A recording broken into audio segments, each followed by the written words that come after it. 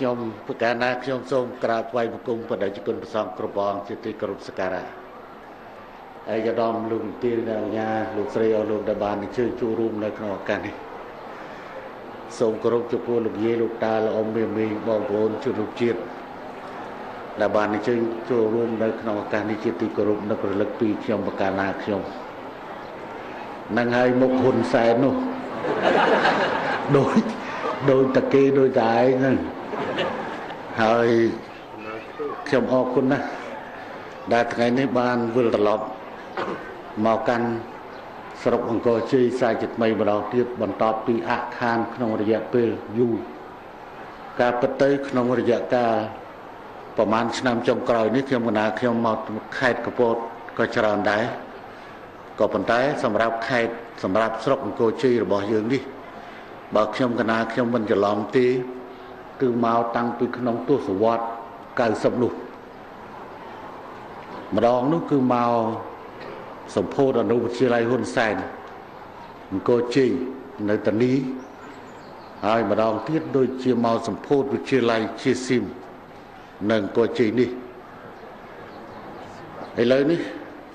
ហើយកាលមកពេលនោះគឺមានការលំបាកណាស់ខ្ញុំប្រកាសណាខ្ញុំនៅចាំថាមកដេកនៅទីរួមខេត្តតកែវហើយព្រលឹមឡើងមកតាមផ្លូវណាលខេលខាហ៎ប៉ុន្តែអនុវិទ្យាល័យតានីនៅខាងនេះនៅជុំខាងហ្នឹងចង្អុលខាងហ្នឹងថ្ងៃនេះគឺបានមកជួបជុំហើយក្នុងស្ថានភាពមួយដែលមានការផ្លាស់ប្ដូរយ៉ាងច្រើនសម្រាប់ប្រជាជននៅស្រុកអង្គរជ័យរបស់យើងនេះអនុញ្ញាតឲ្យខ្ញុំប្រកាសថាខ្ញុំយកឱកាសនេះដើម្បីសម្ដែងនៅការកោតសរសើរអរគុណចំពោះបដិជនប្រជាអធិការក៏ដូចជាពុទ្ធបរិស័ទចំណុះជើងវត្តព្រមទាំងសប្បុរសជននានាបានកសាងនៅទីអារាមនេះជាពិសេសគឺព្រះវិហារនិងសេនាសនៈដទៃទៀតហើយអនុញ្ញាតផ្ដល់កិត្តិយសឲ្យខ្ញុំប្រកាសណាខ្ញុំបានមកកាត់ឫសសីមាជាកិច្ចបង្ហើយបុណ្យនៅថ្ងៃទី14កើតខែជិះហើយស្អែកនេះគឺពេញវងនៅម្ដងប៉ុន្តែយើងយកល្អយកចំថ្ងៃ14កើតនេះគឺល្អព្រោះថាដើម្បីឲ្យមានពេលឡើងមកកម្មទៀតអាហ្នឹងតាមទម្លាប់ដែលខ្ញុំណាខ្ញុំធ្វើបុណ្យប្រគេនធ្វើបុណ្យចម្រើនបជនចំពោះព្រះសង្ឃខ្ញុំកណាខ្ញុំអត់ដែលយកអនុយទេយកខ្នើតព្រោះតែយកអនុយគឺចុះអញ្ចឹងបានទេសម្ដេចលោះឡាយគឺថាលោកតាំងពីធ្វើបុណ្យមកឥឡូវហ្នឹងទោះបីយ៉ាងម៉េចក៏ដោយលោកទោះបីលោកនេះមិនបានតែលោកនៅស្ដាប់បានហើយនៅការចងចាំចង់សុំយោបល់អីអាចទៅសុំយោបល់លោកបាននៅឡើយទេអញ្ចឹងយើងបានជាជ្រើសរើសហ្នឹងគឺថាមិនមែនជាការចៃដន្យពេកទេប៉ុន្តែគឺជាការជ្រើសរើសថ្ងៃដែរដើម្បីយកកំណត់យកថ្ងៃ14កើតខែជិះនេះតែម្ដងហើយសម្រាប់មកទីនេះពិតមែនតែធាតុអាកាសមិនអំណោយផលដែលខ្ញុំប្រកាសណាខ្ញុំមិនអាចហោះហើរបានទេម្សិលមិញនៅឯប្រទេសមានជ័យព្រំដែនកម្ពុជាថៃណោះនៅស្រុកមេឡៃនៅឯប៉ោយប៉ែតណោះហើយធាតុអាកាសបានបង្ហាញថាមិនអាចហោះហើរបានទេអញ្ចឹងទេខ្ញុំប្រកាសខ្ញុំក៏ធ្វើដំណើរមកកាន់សៀមរាបហើយឡើងយន្តហោះពីសៀមរាបមកភ្នំពេញហើយក្បែរភ្លឺហ្នឹងគឺថាតដាក់អានាលការ៉ូហើយរោនោះវាមិនលឺទៅទៀតតដល់ប្រពន្ធណាស់អញ្ចឹងធ្វើម៉េចទៅនេះថាម៉ោង6ចេញពីភ្នំពេញឲ្យបានព្រោះសួរមកប៉ែនស៊ីម៉នពីម្សិលនេះវាយ SMS វាយអរិញសារផ្ញើជូនមកថាពេលវេលាពីភ្នំពេញមកដល់តានីហ្នឹងប្រមាណថា90នាទីបើ90នាទីយើងអាចចេញម៉ោង6មកដល់នេះបើសិនជាយឺតអីបន្តិចតួចក៏នៅមុនម៉ោង8អញ្ចឹងយើងបានប្រពៃពិធីនេះមុនម៉ោង8ហើយខ្ញុំកណាខ្ញុំឡើងនិយាយមិញហ្នឹងមុនម៉ោង8បន្តិចអញ្ចឹងគឺប៉ុន្តែធាតុអាកាសពីលើមិនប្រកាសថាយើងអាចនិយាយគ្នាទៅចប់ឬអត់ទេព្រោះតំណងដូចជាព្រោះមិញហ្នឹងមកដល់ចិត្តដល់ស្ពានស្ទឹងស្លាគូគឺចាប់ប្រើមានភ្លៀងធ្លាក់ឯណោះ ấy nấy cứ đôi khi mình toàn thẹn cái lô mình toàn thẹn bàn tay bờ sân chỉ thẹn có công thác không cả đa không mới chẳng rai có cái nó cái liền hỏi công thác không cả đa không nó nẹt miền bốn rồi công thác không cả đa không nó chia mà đâu chẳng rai nẹt miền bốn ban được cái thác cái tay dây than nẹt miền bốn từ ná cứ liền với thẹn công nâng cái hơi thá lật thị tùm dư bọc cua bờ dương mình mau liên cô vừa cuốn lẹ này hỏi công thác khiêm nâng chẳng rai cái nông cái khiêm chẳng rai pro bạc khiêm cái mình máu cuốn tập liên đôi tập liên đường nâng nguyên tập bàn năng thì bàn tay ở đây đây khiêm cái khiêm xong lại nâng cả ở cún chỉ mối nâng cả bắt đầu nâng cái thì du sầm rạp khiêm cái khiêm sầm rạp cả cắt rứt xây mà này ngày ní hỏi bán mà ruộng chỉ mối bàn tay chỉ cún bờ sông của bọnរួមជាមួយលោកយាយលោកតាថ្ងៃនេះដើម្បីធ្វើបុណ្យរួមគ្នាហើយសន្សំកុសលជាមួយគ្នាសម្រាប់ទៅពេលខាងមុខនៅក្នុងជាតិនេះហើយក៏អាចជួបគ្នានៅជាតិក្រោយដែរប៉ុន្តែការជួបគ្នាបានឬមិនជួបគ្នាបាននោះវាស្ថិតនៅត្រង់ចេះបើលោកយាយលោកតាទៅឋានទេវតានិងឋានព្រះនិព្វានខ្ញុំមិនបានទៅជួបទេมันបានទៅបម្រើទៀតទេប៉ុន្តែបើសិនជានៅឋានមនុស្សលោកវិញខ្ញុំកណាខ្ញុំពិតជានៅបានព្រោះខ្ញុំកណាខ្ញុំបានសុំប្រោប្រាជ្ញឲ្យសុំឧទ្ទិសកុសលផលបុណ្យទាំងប្រមាណសុំមេត្តាកុំឲ្យខ្ញុំកណាខ្ញុំទៅឋានទេវតានិងឋាននិព្វានព្រោះវាមានសម្បត្តិ3សម្បត្តិមនុស្សលោកសម្បត្តិទេវតានិងសម្បត្តិព្រះនិព្វានអញ្ចឹងអត់យកទេសម្បត្តិទេវតានិងសម្បត្តិព្រះនិព្វានសុំយកសម្បត្តិមនុស្សលោកហើយអត់តន់ទៅទេណាទៅចឹងខ្ញុំកណាខ្ញុំក៏សូមឲ្យប្រពន្ធខ្ញុំកណាខ្ញុំឧទ្ទិសដូចគ្នាដែរកុំឲ្យគាត់ទៅឋាននិព្វានឋានទេវតាខ្ញុំកណាមិនទៅអត់ទៅជាមួយហើយបើសិនជានៅឋានមនុស្សលោកពិតជាបានជួបគ្នាទៀតហើយជាតិក្រោយអត់ទៅណាទេតាមរត់តតែឃើញនៅតាណាក៏តាមផ្សងជាតិក្រោយជួបបានប្រពន្ធជួបប្រពន្ធនឹងទៀតប៉ុន្តែប្រពន្ធខ្ញុំបណ្ណាខ្ញុំប្រពន្ធខ្ញុំបណ្ណាខ្ញុំច្បាស់ជាផ្សងឲ្យជួបខ្ញុំបណ្ណាខ្ញុំទៀតហើយមិនអីទេខ្ញុំប្រកាសណាខ្ញុំពិតជាមានការរីករាយមិនអីអាដាមអភិបាលខេត្តខុយខនួបានធ្វើរបាយការណ៍ពាក់ព័ន្ធទៅនឹងទីអារាមនេះហើយបើយោងទៅលើប្រវត្តិទីអារាមនេះមានចំណាស់រហូតទៅដល់ប្រមាណ100ឆ្នាំរួចមកហើយនឹងមានប្រាសាទតូចមួយនៅពីក្រោយដែលសង្ឃឹមថាផ្នែកក្រសួងវប្បធម៌ក៏ដូចជាផ្នែកពាក់ព័ន្ធមេត្តាការពារប្រាសាទនេះទោះបីជាយុទ្ធប្រវត្តិប្រាសាទវាតូចយ៉ាងម៉េចក៏ដោយប៉ុន្តែនៅលើទឹកដីរបស់យើងគឺមានប្រាសាទច្រើនណាស់វាសមស្របផងដែរឥឡូវនេះយើងកំពុងតែប្រជុំប្រទេស127ប្រទេសដែលមនុស្សជាង1400នាក់កំពុងតែប្រជុំនៅទីក្រុងភ្នំពេញអាដាមបនាយករដ្ឋមន្ត្រីសុកអានណាកំពុងតែវាយអាញូព្រោះកាលណាដាក់បេតិកភណ្ឌណាមួយចូលគឺវាយអាយុមកពោកព្រោះប្រធានហើយមិនងាយបានធ្វើទេប្រធានព្រោះបេក្ខជនច្រើនណាស់សម្រាប់ដាក់ដើម្បីធ្វើជាគេហៅថាប្រធានគណៈកម្មការបេតិកភណ្ឌពិភពលោកឆ្នាំ2009បោះឆ្នោតជ្រើសរើសគណៈកម្មការបេតិកភណ្ឌពិភពលោកចំនួន26ប្រទេស21ប្រទេសយើងជាប្រទេសមួយក្នុងជាប់ចំណាត់ថ្នាក់ទី2បន្ទាប់ពីស្វីសលេខ1ត្រឡប់ឆ្នោតហើយយើងគឺចំណាត់ថ្នាក់ទី2តែម្ដងហើយនឹងប្រទេសមួយចំនួនទៀតគឺមានស្លឹកឆ្នោតទៀតជាងយើងហើយប្រទេសមួយចំនួនធ្លាក់តែម្ដងព្រោះដាក់បេក្ខជនហើយជាភ័ព្វសំណាងគឺបេក្ខជនប្រទេសមួយចំនួនក៏សូមធ្វើជាម្ចាស់ផ្ទះដែរក៏ប៉ុន្តែទីចុងបំផុតប្រហែលជាប្រទេសទាំងឡាយមើលឃើញថាកម្ពុជាមានបេតិកភណ្ឌច្រើនណាស់ដូច្នេះផ្ដល់ឱកាសឲ្យកម្ពុជាបានធ្វើជាម្ចាស់ផ្ទះនៃសម័យប្រជុំលើកទី37នៃគណៈកម្មការបេតិកភណ្ឌពិភពលោកដែលយើងកំពុងដឹកនាំប្រជុំហើយមិនមែនប្រជុំមួយថ្ងៃពីរថ្ងៃជាប់ឯណាបើកតាំងពីថ្ងៃអាទិត្យឥឡូវជិតដល់អាទិត្យវិញចែកហើយអត់តន់ជាប់ផងហ្នឹងព្រោះត្រូវប្រជុំយូរណាស់ទៅជែកគ្នាអាណាត្រូវចូលអាណាត្រូវបញ្ចេញស្អីយ៉ាងម៉េចអីយ៉ាងម៉េចអញ្ចឹងទេនេះជាកិត្តិយសមិនមែនគ្រាន់តែរាជរដ្ឋាភិបាលហើយមិនមែនគ្រាន់តែអាដាមសុកអាន đạiជាអ្នកជាប្រធានគណៈឯប្រធានអង្គប្រជុំនោះទេប្រជាជនមកប្រទេសគឺធ្វើជាម្ចាស់ផ្ទះហើយមានមោទនភាពដូចគ្នាដូច្នេះហើយបានជាមានកូនប្រាសាទតូចមួយមិនតាន់បានទៅឃើញទេប៉ុន្តែដឹងថាដែលហៅថាវត្តប្រាសាទហ្នឹងគឺដោយសារតែមានប្រាសាទហ្នឹងហើយបានហៅវត្តប្រាសាទហើយអាដាមប៉ែនស៊ីម៉ុនក៏បានប្រាប់ថាគឺមានពហិរហ្នឹង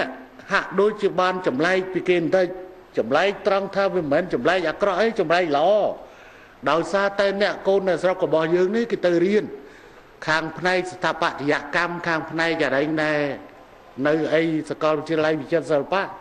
គេមកគូប្លង់ដឹកតាមស្អីមានរចនាបថគឺថាល្អអញ្ចឹងទេគឺនេះគឺជាការរីចម្រើនមួយហើយសូមអរគុណនិងកោតសរសើរចំពោះបដិជគុណ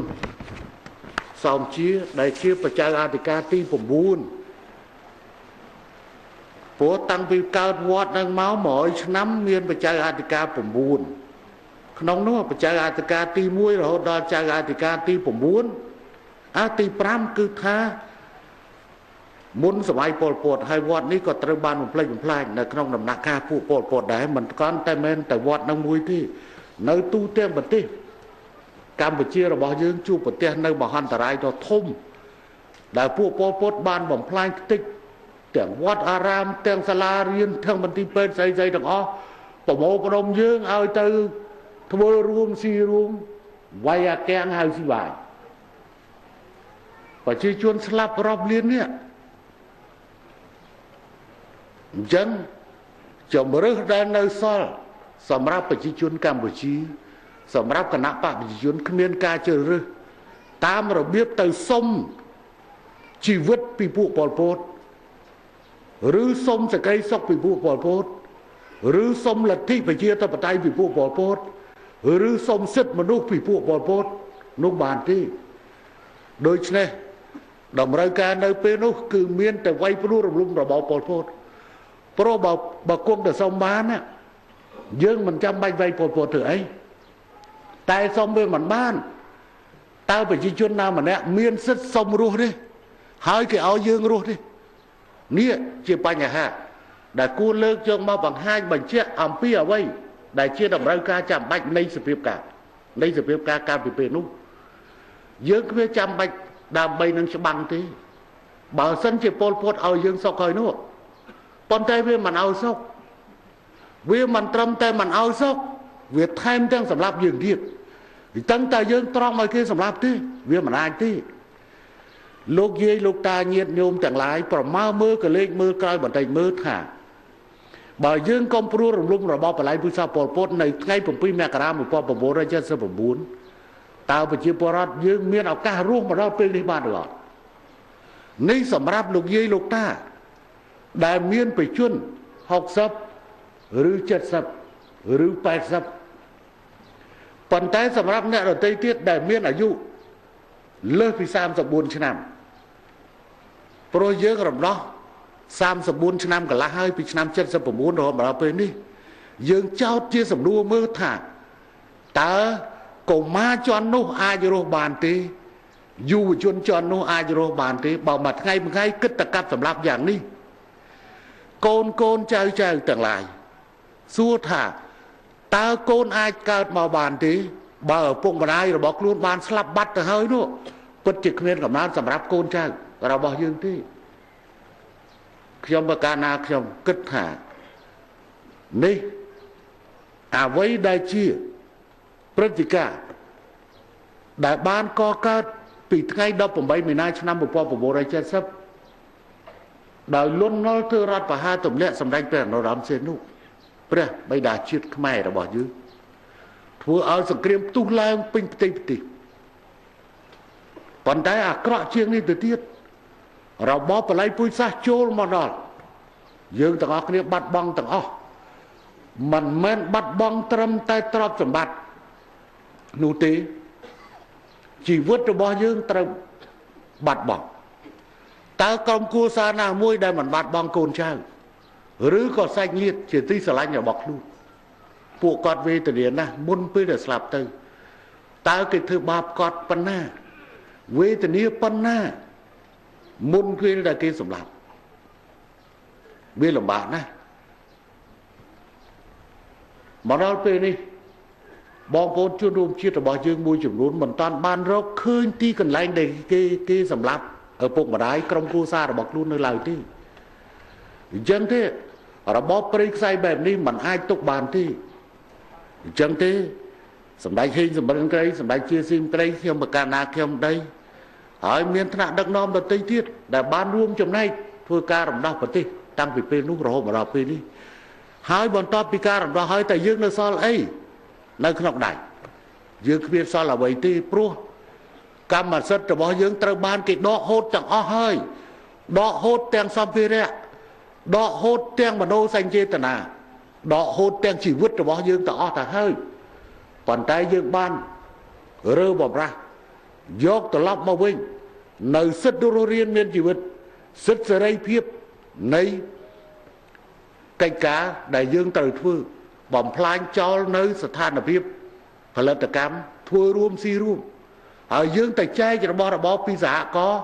ឬក៏យកពីសហករណ៍មកវិញខ្លះបានអតេះអត់កបីខ្លះបានឆ្នាំងអត់គម្របឆ្នះបានចានអត់ស្លាបព្រារឿងនេះប្រហែលជាលោកយាយលោកតានៅចាំហើយប៉ុន្តែយើងបានតស៊ូរួមរស់ជាមួយគ្នាប្រឹងរស់ជាមួយគ្នាដើម្បីកសាងនៅជីវភាពថ្មីពេលនោះខ្ញុំកណាខ្ញុំក៏នៅក្មេងដែរទើបនឹងអាយុ27ឆ្នាំទេឥឡូវមកដល់60ទៅហើយណា60ហៀហើយណាព្រោះរោងឆ្នាំទៅរោងឥឡូវនេះចូលដល់មួយសាញ់ហើយណារោងគឺគេថារោងថ្ងៃអង្គារក្បាលរឹងហើយរឹងរបស់ខ្ញុំកណានេះសម្រាប់តែជួលជាមួយពួកប៉ុលពតនិងពួកអាក្រក់ទេអត់ជួលជាមួយប្រជាជននេះណាជាមួយប្រជាជនគឺត្រូវការពីឥឡូវពិតមែនតែភ្លៀងមកប៉ុន្តែប្រហែលជាមិនសទឹកទេមើលទៅរយអាចស្ដាប់បានទេលោកយាយលោកតាខ្ញុំនិយាយអញ្ចឹងស្ដាប់បានអត់អីទេមេក្រូដូចជាបំពងស្រួលឥឡូវហ្នឹងគឺថាជន់ដើមមេក្រូរបស់យើងនៅចាំទេអាមេក្រូទឹកលឹករបស់យើងនិយាយទៅហ្នឹងវារុញមកទ្រូងវិញក៏មានដែរប៉ុន្តែឥឡូវមេក្រូហ្នឹងគឺថាវាទៅជាស្រួលមានក្បាលទូពួកឆ្លងកែបនៅពីមុខអញ្ចឹងមកហើយគាត់នៅទូនៅម្ដុំនេះទូអាចមើលបានទូប្រហែលជាអាចមើលបានប៉ុស្តិ៍ណាខ្លះនៅនេះបាទមើលគ្រប់ប៉ុស្តិ៍អញ្ចឹងបានស្គីគេមានខ្សែកាបអោយយ៉ាអញ្ចឹងនៅម្ដុំហ្នឹងមានខ្សែកាបចាំមើលប៉ុស្តិ៍ណាក៏បានដែរចុះណាមានទូហើយមានខ្សែកាបបើអញ្ចឹងទេអ្នកព្រំពេញមើលទូបានអ្នកអង្គរជ័យអ្នកកពតក៏មើលបានទូដូចតែគ្នា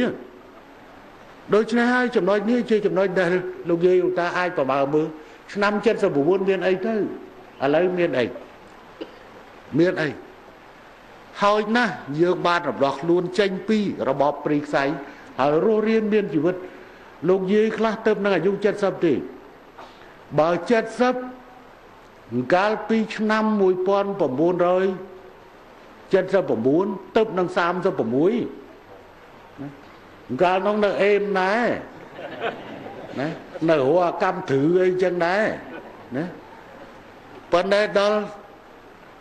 34ឆ្នាំក្រោយត្រូវចូលវត្តដល់ចូលវត្តកាលពីជំនាន់ប៉ុលពតតែមានវត្តទេឥឡូវមានវត្តសម្រាប់លោកយាយលោកតាអញ្ចឹងទេបានជាខ្ញុំប្រកាសណាខ្ញុំបាននិយាយអំពីបញ្ហាតាក់ទងជាមួយនឹងបញ្ហាទីអារាមគឺជាផ្នែកមួយនៃគោលនយោបាយសម្រាប់មនុស្សចាស់យុវជននិងកុមារព្រោះសេចក្តីត្រូវការរបស់ប្រជាពលរដ្ឋរបស់យើងនៅពេលដែលចាស់ហើយនោះត្រូវការវត្តដើម្បីធ្វើបុណ្យធ្វើទាននេះជាតម្រូវការនៃអ្នកជឿខាងពុទ្ធសាសនាមានលោកយាយលោកតាខ្លះក៏ទៅនៅស្នាក់ក្នុងទីអារាមហៅថាយាយជីតាជី ជាអាចារ្យឬក៏យាយជីនៅស្នាក់តាមវត្តតែម្ដងក៏មានយុវវ័យយុវជនមួយចំនួនដែលចង់បួសរៀនក៏ទៅរៀននៅក្នុងវត្តបួសជាព្រះសង្ឃហើយមានមួយចំនួនក៏ទៅធ្វើជាក្មេងវត្តដែលជាជីវិតពិតប្រាកដរបស់ខ្ញុំកាលណាខ្ញុំក្នុងអតីតកាលដើម្បីរៀនសូត្របានត្រូវប្រឆាំងខ្លួនជាមួយព្រះសង្ឃព្រោះពីដើមអត់មានសាលារៀនឥឡូវធូរបន្តិចហើយដោយសារនៅក្នុងតាមភូមិតាមឃុំមានសាលារៀនឃុំមានរហូតដល់អនុវិទ្យាល័យហើយតាមស្រុកនីមួយៗមានវិទ្យាល័យច្រើនទូទាំងប្រទេសរបស់យើងមានរហូតដល់433វិទ្យាល័យទៅហើយដល់ទៅអនុវិទ្យាល័យមកឃុំមួយហើយឃុំខ្លះមានទៅដល់2ឥឡូវចូលទៅដល់ដំណាក់កាលនៃការដែលឲ្យឃុំមួយមានអនុវិទ្យាល័យច្រើនដោយមិនឈរលើមូលដ្ឋានឃុំមួយអនុវិទ្យាអញ្ចឹងបែរលើមូលដ្ឋានបឋមសិក្សាមានស្រាប់យើងបង្កើតថ្នាក់រៀននៅក្នុងបឋមសិក្សានោះឲ្យទៅជាអនុវិទ្យាល័យដែលមានថ្នាក់ទី7ទី8និងទី9ហើយបន្ថែមគ្រូអំបញ្ញខ្ញុំកណាខ្ញុំមកជួបតាមនេះសួរគ្រូសួរដំបងសួរប្រាក់ខែអញ្ចឹងគាត់ថាបានជាង40,000នឹងគ្រូបឋមដល់គ្រូមធ្យមគឺបានដូចជា60ជាងដែរមិនអញ្ចឹងទេយើងឡើងតាមឋានៈបន្តិចម្ដងស្ថានភាពនេះក៏បង្ហាញឲ្យឃើញពីការខុសគ្នាកាលពីឆ្នាំ79ពង្រៀនដូងកនៅចាំបានទេស្ថានភាពនេះនៅពង្រៀនដូងកប៉ុន្តែឥឡូវនេះបន្តទៅបង្រៀនដោយប្រើប្រាស់នៅគេហៅថាទំនិញ6មុខសម្រាប់មន្ត្រីរាជការកងបរិយាកាកងកម្លាំងនិងមន្ត្រីរាជការមន្ត្រីរដ្ឋការរបស់យើងកាលពីពេលនោះរាប់ទាំងក្នុងជួរគ្រូបង្រៀនហើយក្នុងនោះមានប្រេងកាតឥឡូវនេះមិញក៏ភ្លេចសួរយើងកសាងផ្លូវហើយប៉ុន្តែនេះអានេះបកគោអគិសនីនៅហ្នឹងគឺស្រុកអង្គរជ័យរបស់យើងមានអ្នកប្រើអគិសនីបានច្រើនណាបាទអញ្ចឹងស្ទើរទាំងអស់ហើយអញ្ចឹងលោកយាយលោកតាឈប់បានប្រើចន្លោះហើយមាននឹកអនុស្សាវរីយ៍ចំណន់ចន្លោះហើយយើងច្បាស់ជាចូលក្នុងព្រៃហ្នឹងដើម្បីរកជ័ររកអីមកកើតទៅចន្លោះណាបន្ទាប់ពីចន្លោះយើងដុតប្រេងកាតមិនយ៉ាងបន្ទាប់ពីប្រេងកាតយើងប្រើអគុយឥឡូវនេះប្រើអគិសនីចូលផ្ទះតែម្ដងវាមិនស្រួលហើយឥឡូវផ្លូវ31ផ្លូវនេះវាលំបាកកាលពីមុនឥឡូវកំពុងតែសាងសង់បន្តិចទៀតរុយតែអាណិតសុំកុំលឿនពេកកំពុងតែសាងសង់ហើយខេត្តកំពតនេះក៏ទទួលបានសមិទ្ធផលច្រើនណាស់ក្រៅពីផ្លូវជាតិលេខ3នៅមានអាសាម3នៅមានអាសាម1នៅមានអាផ្លូវវាងនៅមានការវិនិយោគដទៃទៀតយ៉ាងច្រើនសន្ធឹកសន្ធាប់អញ្ចឹងទេចំណុចនេះយើងអាចប្រៀបធៀបបានចេះលោកយាយលោកតាអនុញ្ញាតឲ្យខ្ញុំបាននិយាយបន្តិចបដិជគុណហើយអនុញ្ញាតគួរតែឲ្យគណៈខ្ញុំនិយាយនៅកពតនេះតែម្ដងទៅព្រោះគណៈខ្ញុំនៅសល់តែមួយក្រេទៀតនៅប្រធាយទេថ្ងៃទី24នៅប្រធាយរួចហើយនឹងបាត់សម្លេងខ្ញុំគណៈខ្ញុំមួយរយៈក្នុងយុទ្ធនាការបោះឆ្នោតគណៈខ្ញុំអត់និយាយទេអាចមានសន្ទរកថាព្រៀងទុកអីប៉ុន្តែក្នុងពេលនោះយកល្អកុំនិយាយមកដេកផ្ទះឬក៏ប៉ុន្តែអាការចុះហត្ថលេខាធ្វើការប្រចាំថ្ងៃក្នុងនាមរាជរដ្ឋាភិបាលនឹងពិតជាធ្វើប៉ុន្តែអត់ចេញនិយាយទេអត់ចេញឃោសនាបោះឆ្នោតទេទុកលោកយាយលោកតាអ្នកតំណាងរាជហើយក្រុមការងារខាងសមាជិកាគណៈបកប្រជាជនហើយឮតែថ្ងៃហ្នឹងគ្រាន់តែប្រធានក្រុមច្រើនឈូលដល់ជិត10000នាក់ណាប្រធានក្រុមហ៎ប្រធានអនុប្រធានក្រុមបកមកថ្ងៃហ្នឹងបូកនឹងគ្រូបង្រៀនមួយចំនួនអញ្ចឹងទុកឲ្យនៅតែនឹងឃោសនាទៅឯខ្ញុំកណាខ្ញុំហ្នឹងគឺថានិយាយហ្នឹងគឺថាវាច្រើនហើយអញ្ចឹងទេគឺកុំនិយាយក្នុងអាពេលយុទ្ធនាការខ្ញុំកណាខ្ញុំមិនធ្វើទេទុកឲ្យប្រជាពលរដ្ឋ នឹងមន្ត្រីបកធ្វើកិច្ចការងារនោះហើយបោះឆ្នោតទៅគឺជាទម្លាប់ខ្ញុំកណាខ្ញុំតាំងពី98មក98 2003 2008និង2013មិនចេញឃោសនាបោះឆ្នោតដោយខ្លួនឯងទេប៉ុន្តែអនុញ្ញាតឲ្យខ្ញុំប្រកាសណាខ្ញុំបាននិយាយបន្តិចនៅត្រង់ចេះពី79មកដល់ឥឡូវនេះខ្ញុំកណាខ្ញុំបានធ្វើការប្រៀបធៀបលោកយាយលោកតាអំពីការខុសគ្នាពីស្ថានភាពដែលយើងស្លាប់ចិត្តស្លាប់ទៅហើយយើងរស់ឡើងវិញពីបាតដៃទទេហើយប្រឹងរហូតមកដល់ពេលនេះសុំកលេចមើលជុំវិញខ្លួនមើលតើវាមានស្ថានភាពខុសគ្នាលើអីខ្លះ79យើងមានអីឥឡូវយើងមានអីស្ថានភាពនេះចាំបាច់ណាស់ដើម្បីយើងជ្រើសរើសមេដឹកនាំនៅពេលកមុខជាបន្តទៀតប៉ុន្តែអ្វីដែលខ្ញុំប្រកាសណាខ្ញុំចង់គូបញ្ជាក់នៅពេលនេះគឺនៅត្រង់ថាកាលពី2008មកដល់2013អាណត្តិ5ឆ្នាំនេះតើរាជរដ្ឋាភិបាលតើគណៈបកប្រជាជនបានធ្វើអ្វីខ្លះសម្រាប់ប្រជាជននៅខេត្តកំពតនិងសម្រាប់ប្រជាជននៅអង្គរជ័យនិយាយដោយឡែកនិងបានធ្វើអ្វីខ្លះសម្រាប់ប្រជាជននៅទូទាំងប្រទេសដើម្បីយើងធ្វើការប្រៀបធៀបឲ្យឃើញថាតើរាជរដ្ឋាភិបាលដឹកនាំដោយគណៈបកប្រជាជនដែលមានហ៊ុនសែនធ្វើជានាយករដ្ឋមន្ត្រីនេះបានរីកចម្រើនឬអត់អញ្ចឹងនៅក្នុងវត្តនេះយើងអាចឃើញពហិមួយនិងសេនាសនៈដទៃទៀតយើងក៏អាចមើលឃើញនៅសាលារៀនជាច្រើនបានកើតឡើងយើងក៏អាចឃើញផ្លូវថ្នល់កំពុងតែរីករូតលាស់អាផ្លូវជាតិលេខ3វាក៏បានកើតនៅក្នុងដំណាក់កាលនៃអាណត្តិទី4ហើយអាផ្លូវនេះដែលធ្វើមិនទាន់ជាប់វាក៏បានចាប់នៅអាណត្តិទី4ហើយអាចសម្ពោធនៅក្នុងអាណត្តិទី5អគ្គិសនីនេះប្រហែលទៅកើតប្រហែលឆ្នាំក្រោយនេះទៅកើតអញ្ចឹងទេបានតែគេថាកើតក្នុងអាណត្តិទី4អញ្ចឹងទេសូមពិនិត្យអំពីកន្លែងហ្នឹងដើម្បីថាឲ្យយើងដឹងអំពីការរីកចម្រើនរបស់យើងដល់កម្រិតណានៅក្នុងអាណត្តិនីមួយៗដើម្បីធ្វើជាមូលដ្ឋានសម្រាប់ការសម្រេចចិត្តគូសស្លឹកឆ្នោតមួយស្លឹកសម្រាប់គណៈបព្វជិជនតាមរយៈនេះខ្ញុំកណាខ្ញុំសូមអរគុណនិងអរគុណចំពោះព្រះសង្ឃចំពោះបងប្អូនជនរួមជាតិនៅក្នុងខេត្ត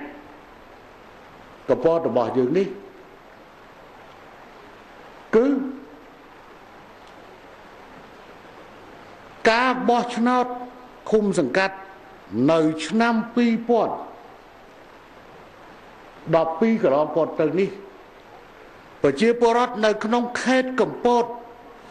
ចំនួន 63.08% បោះឆ្នោតឲ្យគណៈបកប្រជាជនកម្ពុជាដែលស្មើនឹង5អាសនៈយើងមាន5អាសនៈរួចហើយកាលពីឆ្នាំ2008 6អាសនៈយើងយក5អាសនៈ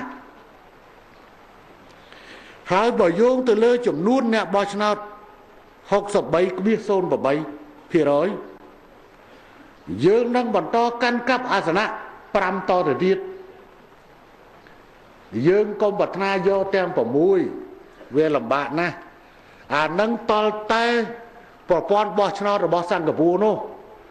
បើប្រព័ន្ធបោះឆ្នោតសិង្ហបុរីយើងយកទាំងអស់123កៅអីអានឹងប្រព័ន្ធបោះឆ្នោតសិង្ហបុរីព្រោះប្រព័ន្ធបោះឆ្នោតសិង្ហបុរីគេអត់ចែកទេគេដាក់ក្រុមឧទាហរណ៍ថាតំណាងរាស្ត្រនៅក្នុងខេត្តកំពតមាន6នាក់មកក្រុមតំណាងរាស្ត្ររបស់គេមាន6នាក់បកមកខាងទៀត6នាក់បកមកខាងទៀត6នាក់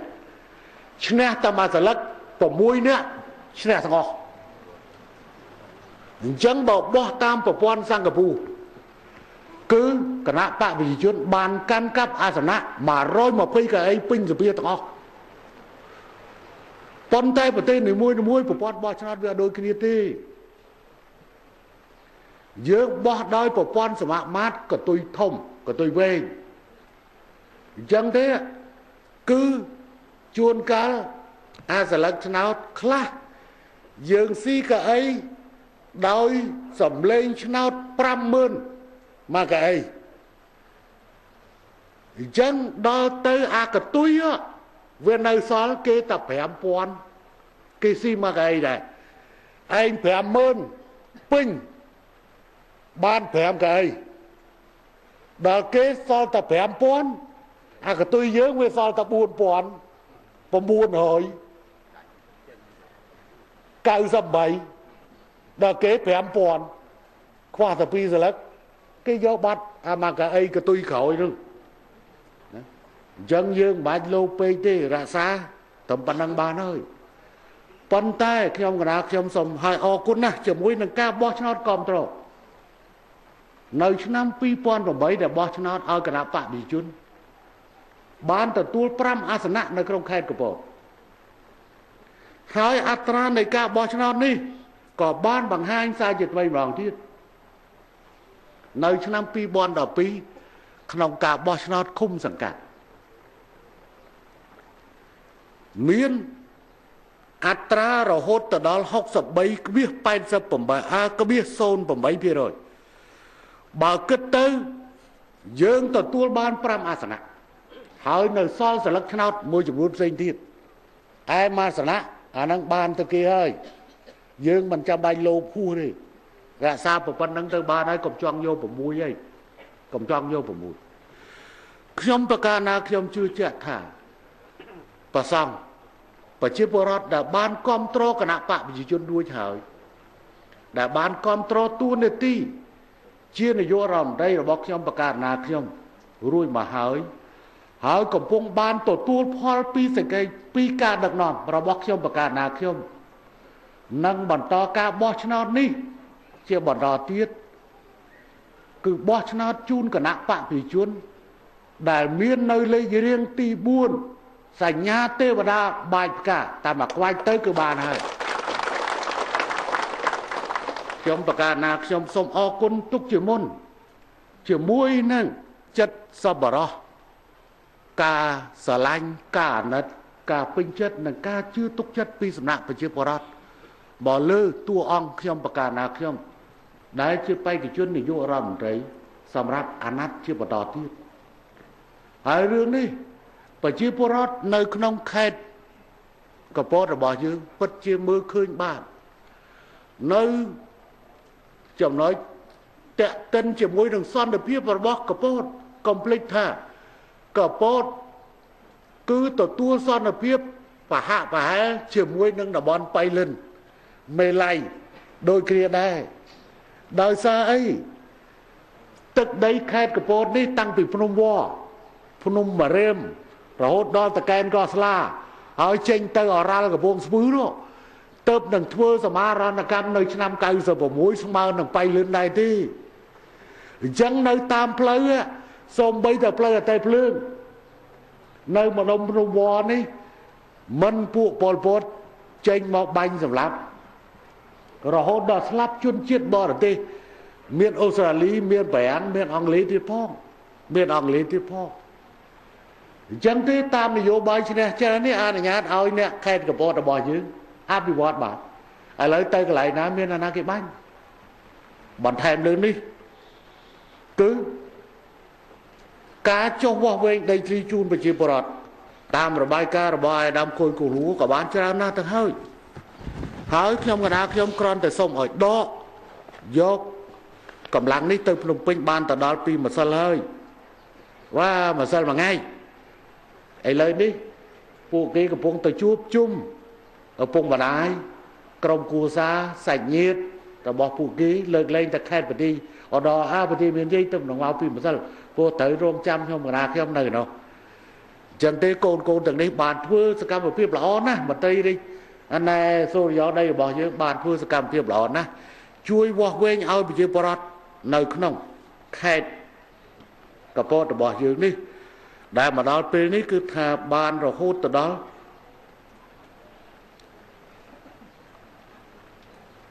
ជាង 50,000 ក្បាលដីស្មើនឹងជាង 50,000 ហិកតាហើយត្រូវជា 38,000 គ្រួសារនិយាយលេខគត់ហើយចែកបាន 17,000 ជាងនឹងកំពុងបិទផ្សាយជាបន្តបិទផ្សាយបន្តនេះនឹងត្រូវចែកបានកម្មសិទ្ធិសម្រាប់ប្រជាពលរដ្ឋ12ភូមិស្មើនឹង 2,900 គ្រួសារនិយាយលេខគត់ក្បាលដី 6,288 ក្បាលដីហើយនឹងត្រូវជា 3,486 ហិកតាដើម្បីឲ្យប្រជាពលរដ្ឋរបស់យើងមានការនឹកនៅចិត្តក្នុងការបង្កបង្កើនផលអ្វីដែលខ្ញុំចង់និយាយថ្ងៃនេះខ្ញុំចង់រំលឹកបន្តិចប្រជាពលរដ្ឋនៅទីនេះបានទទួលលទ្ធផលសមិទ្ធផលច្រើនណាស់ហើយក៏បង្ហាញឲ្យឃើញអំពីថាតើសភាពការយ៉ាងណាក្នុងរយៈពេល 5 ឆ្នាំមុនជាប់អាណត្តិនេះតើវាលំបាកយ៉ាងណាសម្រាប់ខ្ញុំបកាណាខ្ញុំក្នុងឋានៈជានាយករដ្ឋមន្ត្រីព្រោះការចេញមុខមកធ្វើសកម្មភាពនៅឯមូលដ្ឋានជួយដល់ប្រជាពលរដ្ឋយើងមានយន្តការរដ្ឋប៉ុន្តែក៏មានយន្តការក្រមការងាររបស់គណៈបព្វជិជនដែលដឹកនាំដោយអាដាមណៃពេណាអាដាមប៉ែនស៊ីម៉ុនអាដាមចៃសង្យុនអ្នកដឹកនាំដទៃទៀតដែលបានមកធ្វើសកម្មភាពនៅទីនេះប៉ុន្តែតួអង្គនៃការដឹកនាំរាជរដ្ឋាភិបាលវាមិនសាមញ្ញទេពិបាកណាស់បដិជគុណប្រសងគ្រប់ព្រះអង្គបងប្អូនជនរួមជាតិមិនថានៅទីនេះមិនថានៅឯណាទេពេញ 5 ឆ្នាំនេះពោពេញទៅដោយការលំបាកប៉ុន្តែយើងជំនះបានប៉ុណ្ណេះមិនមែនជារឿងធម្មតាពេកទេមានរឿង3ដែលវាលំបាកសម្រាប់យើងដោះស្រាយធំណាស់រឿងទី1វិបត្តិសេដ្ឋកិច្ចពិភពលោកបានមកដល់បានចាប់ផ្ដើមបើយើងប្រៀបធៀបសភាពការជាមួយគ្នាមុនបោះឆ្នោតឆ្នាំ 2008 និងមុនបោះឆ្នោតឆ្នាំ 2013 សភាពការខុសគ្នាឆ្នាំ 2008 វិបត្តិសេដ្ឋកិច្ចពិភពលោកបានមកដល់ជាមួយនឹងអតិផរណាផលប៉ះពាល់មកដល់យើងយ៉ាងធ្ងន់រហូតពេលនោះប្រេងក៏ឡើងថ្លៃស្បៀងក៏ឡើងថ្លៃហើយនឹងការបញ្ជាទិញនៃរោងចក្រនៃអរិញណែផ្នែកសម្លៀកបំពាក់ពីកម្ពុជាក៏មានការកាត់បន្ថយ2008 2009រហូតដល់រោងចក្រមួយចំនួនទៅបិទទ្វារដោយសារតែប្រទេសអាមេរិកនិងអឺរ៉ុបវិបត្តិសេដ្ឋកិច្ចធ្លាប់ពាក់អាវមួយឆ្នាំ3កាផ្លេគេកាត់បន្ថយមកពាក់តែមួយកាផ្លេដូច្នេះការបញ្ជាទិញក៏ជួបការលំបាកវិបត្តិនេះមិនតូចទេសម្រាប់ផលប៉ះពាល់មកយើងរាជរដ្ឋាភិបាលត្រូវជំនះការលំបាកនេះដើម្បីធានានៅស្ថិរភាពម៉ាក្រូសេដ្ឋកិច្ចទប់ស្កាត់អតិផរណាតម្លៃភ្លើងប្រេងឡើងថ្លៃតម្លៃភ្លើងនៅទីក្រុងភ្នំពេញមិនឲ្យឡើងខិតខំទប់កុំឲ្យឡើងតាមរយៈការឧបត្ថម្ភទុនដោយស្ងាត់ស្ងៀមទៅក្រុមហ៊ុនអគ្គិសនីដើម្បីកុំឲ្យគេតម្លើងភ្លើងកុំឲ្យគេតម្លើងថ្លៃទឹកនៅឯទីក្រុងភ្នំពេញនិងខេត្តមួយចំនួនវាលំបាកណាស់វិបត្តិនេះរហូតមកដល់ពេលនេះមិនតាន់បានដោះស្រាយនៅអឺរ៉ុបនិងអាមេរិកទេពិតមែនតែវាប្រសើរជាងពេលមុនប៉ុន្តែវាមិនធ្ងន់ដោយពេលមុនទៀតទេហើយយើងបានឆ្លងផុតនៅការលំបាកនេះដោយបញ្ជាវិបត្តិតាមរយៈនៃការគ្រប់គ្រងដ៏ប្រុងប្រយ័ត្នទៅលើបញ្ហាសេដ្ឋកិច្ចព្រោះបញ្ហាសេដ្ឋកិច្ចនេះសូមបញ្ជាក់ក្របបែកអាចបំផ្លាញភូមិមួយអាចបំផ្លាញបានក្រុមគ្រួសារមួយ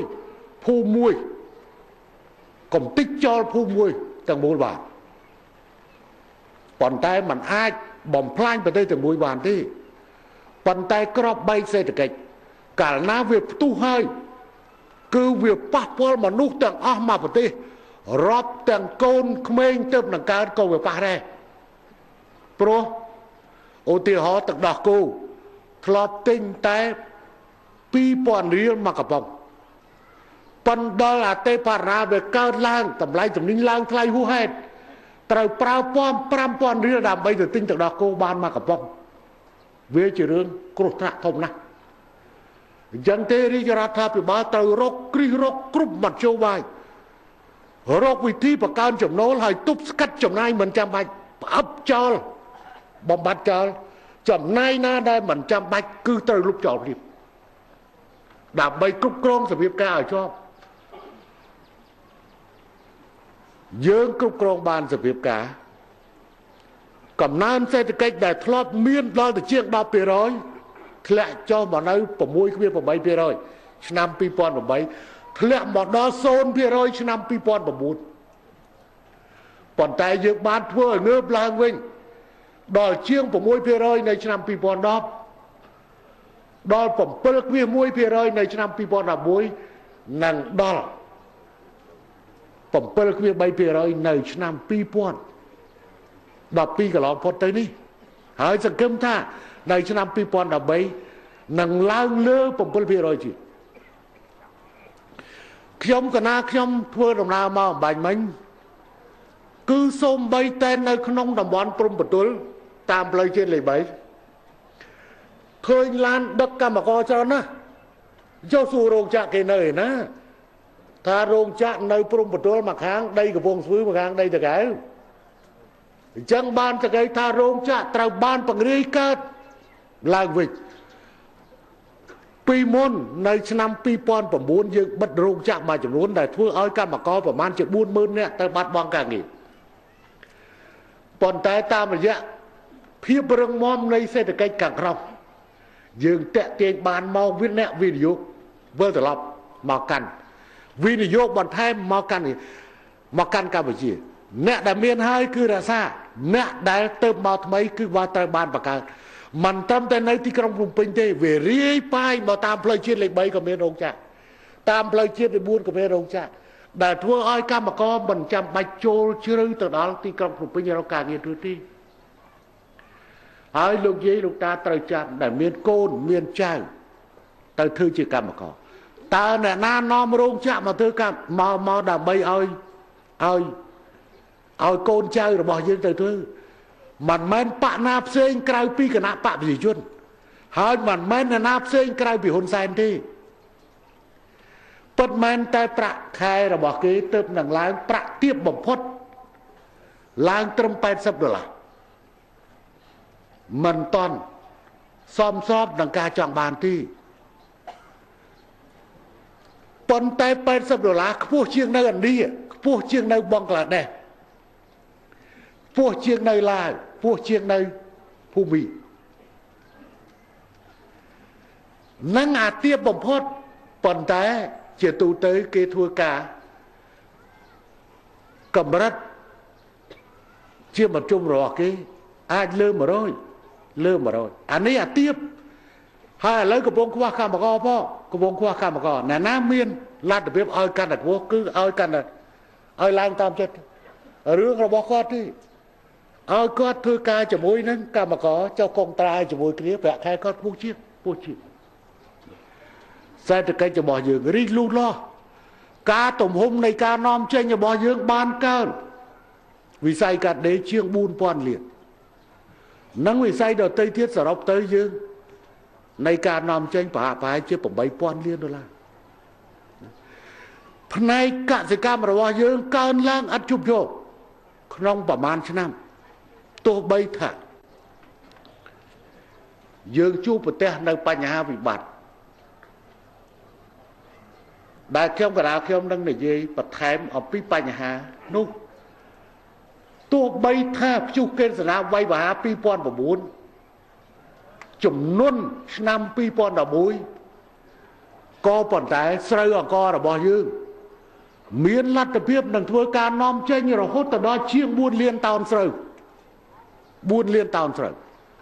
បើគិតជាអង្គប្រមាណជា2លានតោនកន្លះអាដាមចាន់សុន2លានតោនកន្លះប្រទេសយើងគឺជាប្រទេសមួយដែលធ្លាប់នាំស្បៀងនាំស្រូវមកពីក្រៅប្រទេសនាំអង្គសុំជំនួយគេជាអង្គប៉ុន្តែឥឡូវយើងផ្ទុយទៅវិញអង្គរបស់យើងត្រូវនាំចេញទៅក្រៅប្រទេសឥឡូវវាទៅក្នុងស្ថានភាពមានវាខ្វះកដាស់ជាប់បានសក្តិថាខ្វះម៉ាស៊ីនកិនស្រូវឲ្យត្រូវនឹងស្តង់ដារនាំចេញខ្វះឡសម្ងួតខ្វះលុយទិញណាវារឿងអញ្ចឹងបានជាមានឈ្មួញប្រទេសជិតខាង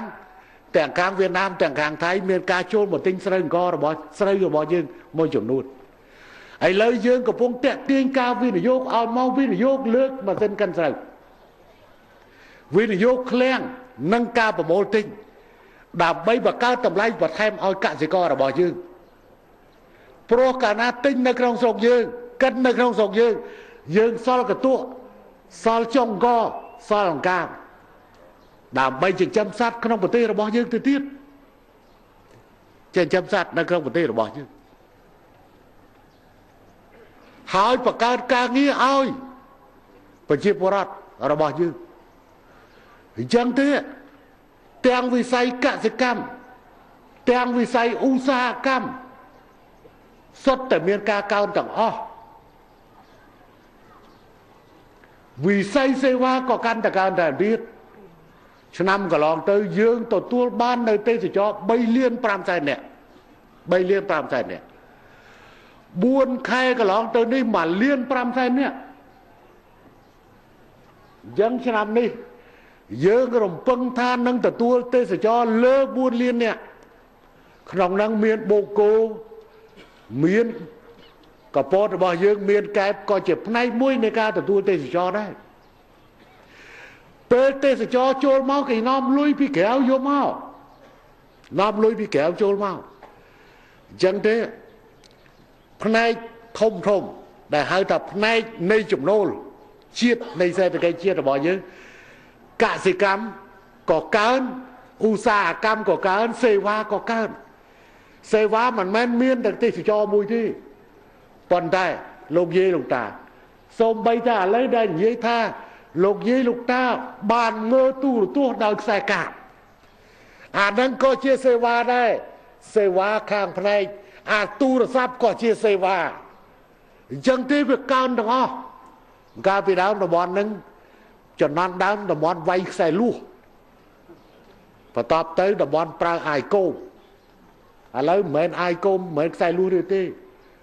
ម្នាក់តាមគ្រួសារសិតតែមានទូរស័ព្ទមិនមែនឆ្ងាញ់ត្រង់អានេះបរតេសោះហ្នឹង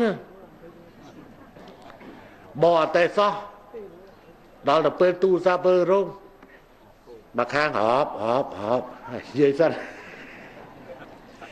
វាឆ្ងាញ់ដល់ប៉ុណ្្នឹងណា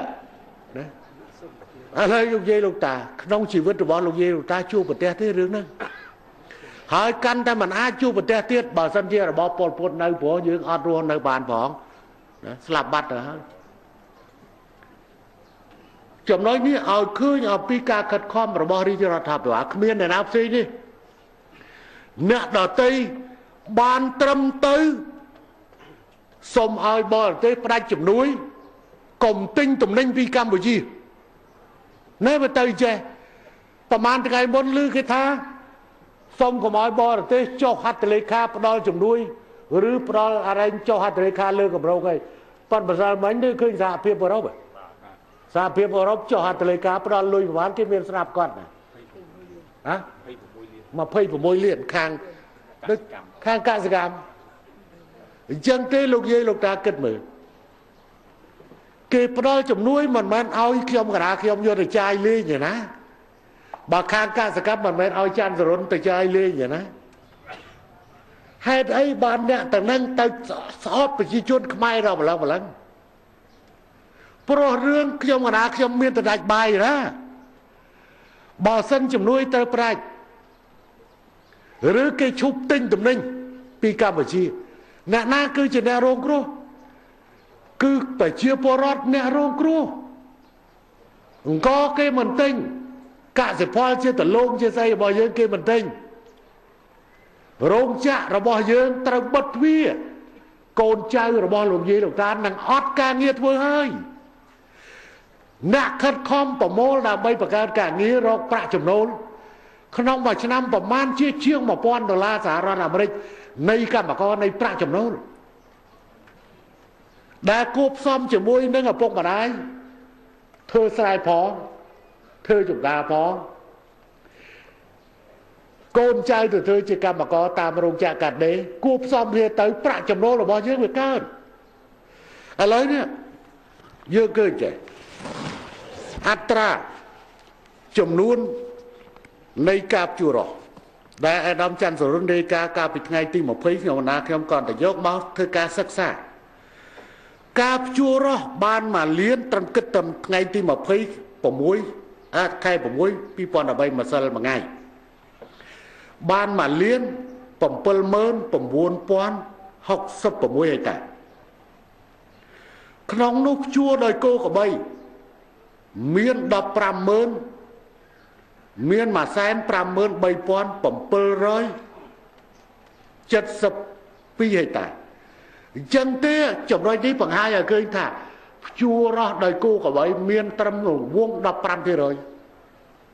cái pi nút chua đời kêu yuan ơi đàm bay chia chồng nuôi ta là nát la tơ đại chỉ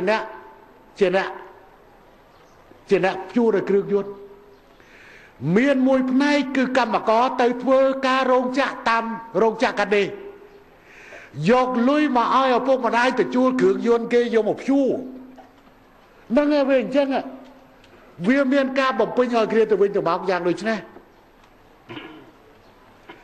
chân đi hai class từ từ chỉ cầm mà có nơi tam sản tha kia tam giấy ba đứa tôi biết vót hai lưới nua mặt men con để trai luôn ai nụ đi và chun mỏi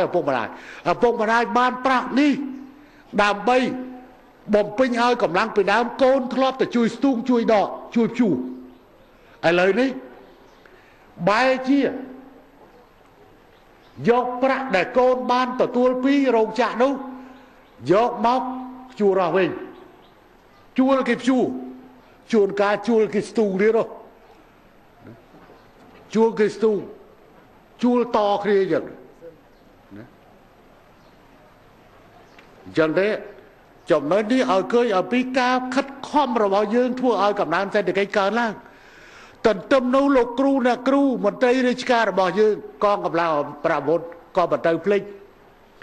sập phiếp ca sẽ được cái phù lục pa pol đó bà bà năng hơi nè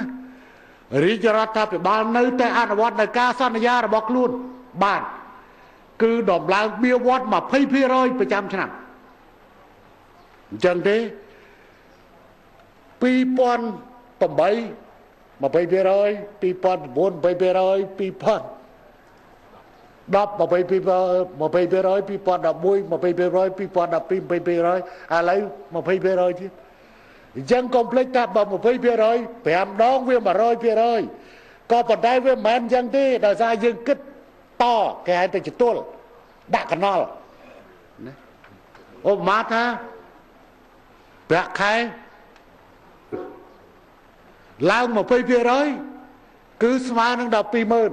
đọc kết mà phê phê rồi tiếp do ai đọc pi mơn từ và thay mà phê phê rồi lao tới vào ban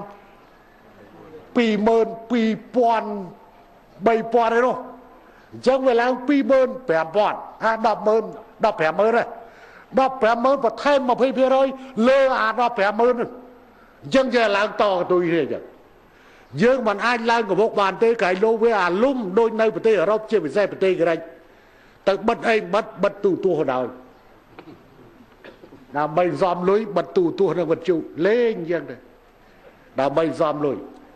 chẳng thấy dương lang tinh vào đó việc mai tha sản xâm công mà báo cái cùng đó đôi bật na chung chăng chẳng ngang cả đào plei tọ pin bổng pung dương do anh năng để cho trong mà na trong ọt hiền tê mà cha chiên trầm prai chùm hiền kinh cụ tập anh kinh cụ lơ pa nhà bia bót mà năm mà phê rồi mà năm mà phê rồi đòi phê là nát càng một đi dương plak đô pika bằng cao bia vót 8 ระยะគេហៅថារង្វង់គេកញ្ចប់ចង្អុល 20% យើងបង្កើនបៀវត្តតាមកំណើនសេដ្ឋកិច្ចវិញតាមកំណើនសេដ្ឋកិច្ចយកបញ្ជូវិញតពេញពួកជំហានគីងគក់ប៉ុន្តែលោកយាយលោកតាជំហានគីងគក់មកព្រឹបផ្លូវ100 គីឡូជំហានគីងគក់មកព្រឹបគឺស្ពានពី3ជំហានគីងគក់មកព្រឹបពហិ1 2អីចឹងដែរអាហ្នឹងគីងគក់របស់យើងលោតប៉ុន្តែមហាអស្ចារ្យយើងធ្លាប់ស្គាល់រសជាតិហើយឲ្យយើងកាប់ដីតាំងពីមិនតាន់ភ្លឺរហូតថ្ងៃត្រង់វាយអាកែនរួចឲ្យចុះធ្វើការដល់ប្រលប់ហើយវាយអាកែងមកទទួលទានបបរមិនមែនទទួលទានបាយទេណាយុបឲ្យធ្វើការងារសង្គមនិយមយ៉ាំទានខេត្តឲ្យយើងស៊ី3ខំដល់ទាពីយើងវិញ1 គីឡូទីជីលេខ1 1 គីឡូ3ខំបើឲ្យស៊ី1 គីឡូហើយទទួលជីលេខ1ត្រឹម3ខំអាហ្នឹងអាចទៅរួចតែនេះឲ្យយើងស៊ី3ខំវាមិនដល់ផងយើងថា3ខំទៅចុះដល់ទៅទាជីលេខ1ពីយើងទា1 គីឡូអាណាទៅឲ្យបានអត់មានឲ្យជុះផង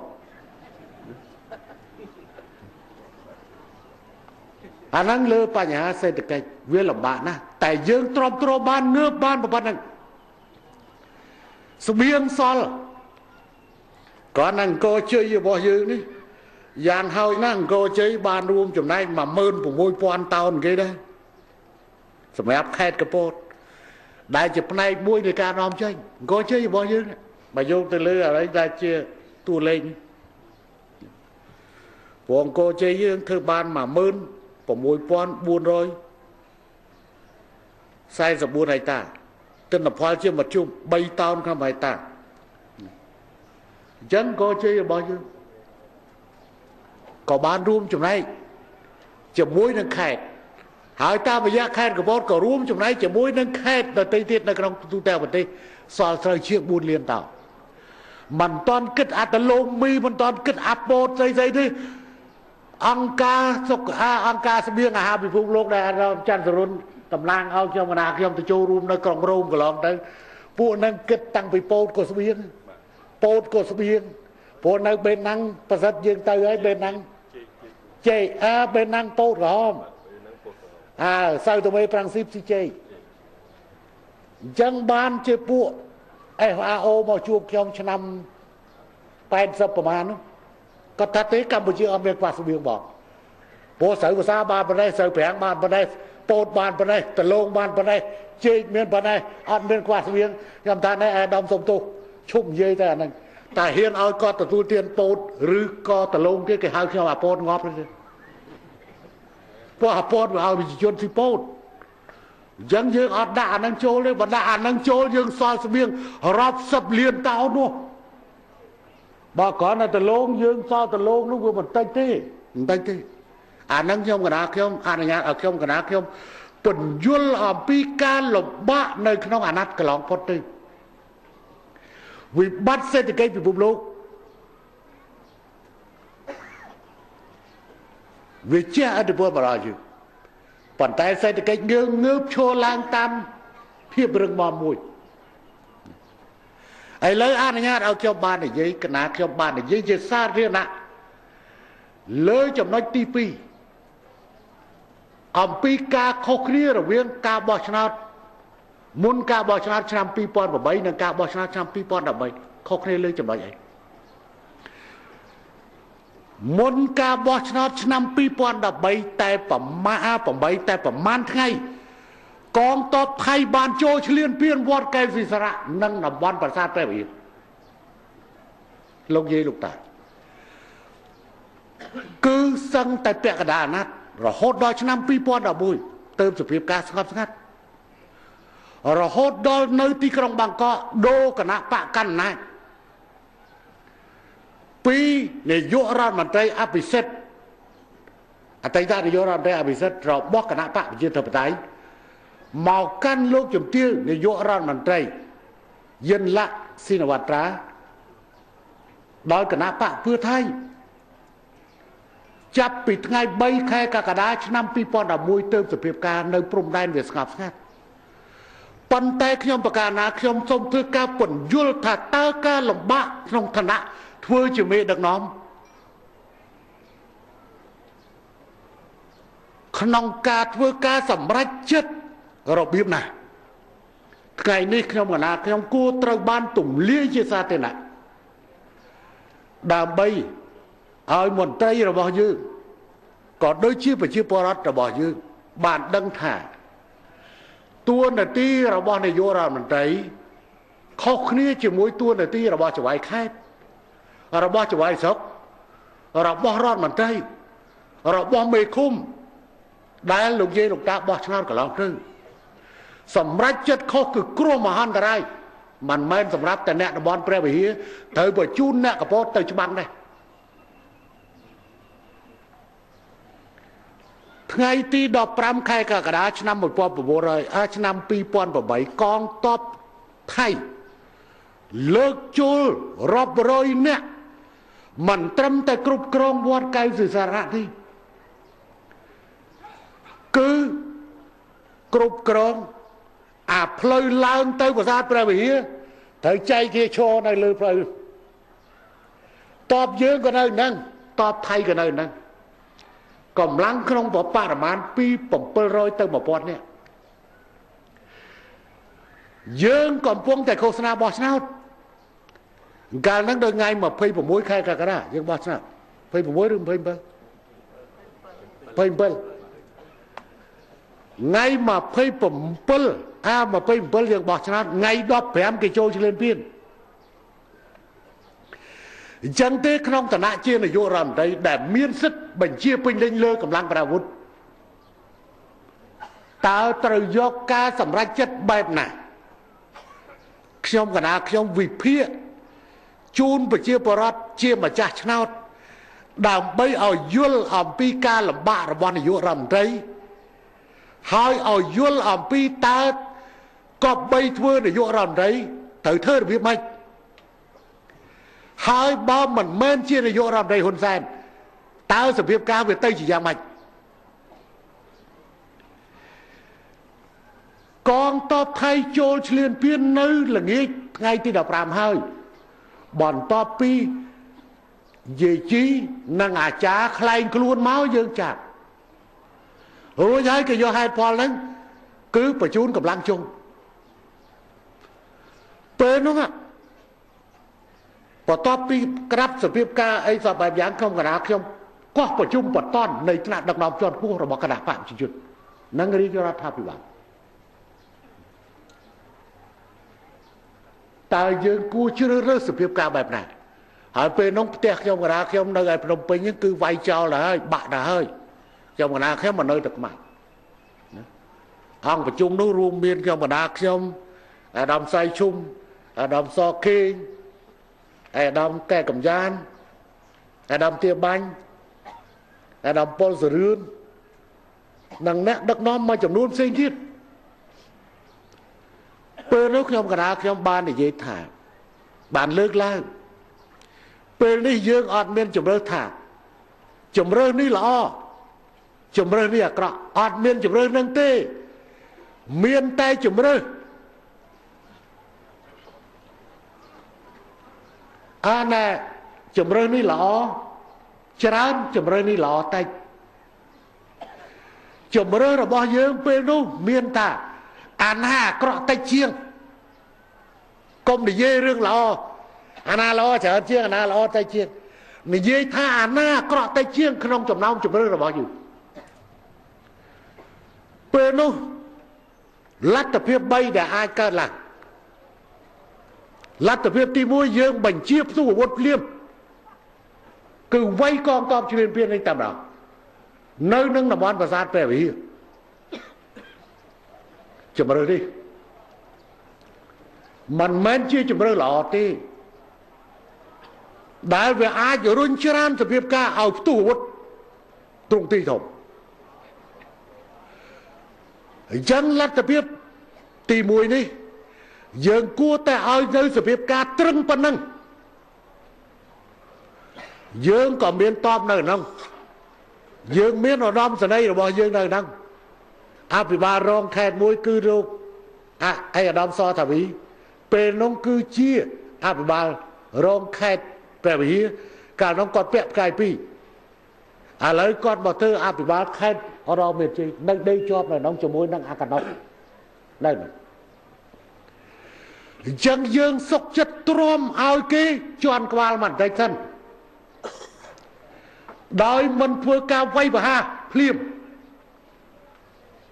យើងវាយបានមិនមែនវាយមិនបានទេប៉ុន្តែវានឹងមានសភាពការអីកើតឡើងនឹងជាលទ្ធភាពទី1គឺទុកឲ្យសភាពការវាត្រឹងនៅប៉ុណ្ណឹងសិនគេក៏មិនមកមុខថែមទៀតឲ្យគេនៅអាកន្លែងហ្នឹងសិនកុំឲ្យគេមកមុខថែមទៀតនេះជាលទ្ធភាពទី1លទ្ធភាពទី2គឺលទ្ធភាពផ្ទុះអាវុធនៅតំបន់វត្តកែវសិរសាប្រាសាទព្រះវិហារនិងតំបន់ជិតខាងតម្រូវឲ្យយើងលុបចោលនៅការិយាល័យបោះឆ្នោតមួយចំនួនតម្រូវឲ្យយើងលុបចោលការបោះឆ្នោតមួយចំនួនការិយាល័យបោះឆ្នោតមួយចំនួនដែលនៅជិតខាងប្រជាជនមិនអាចទៅបោះបានទេ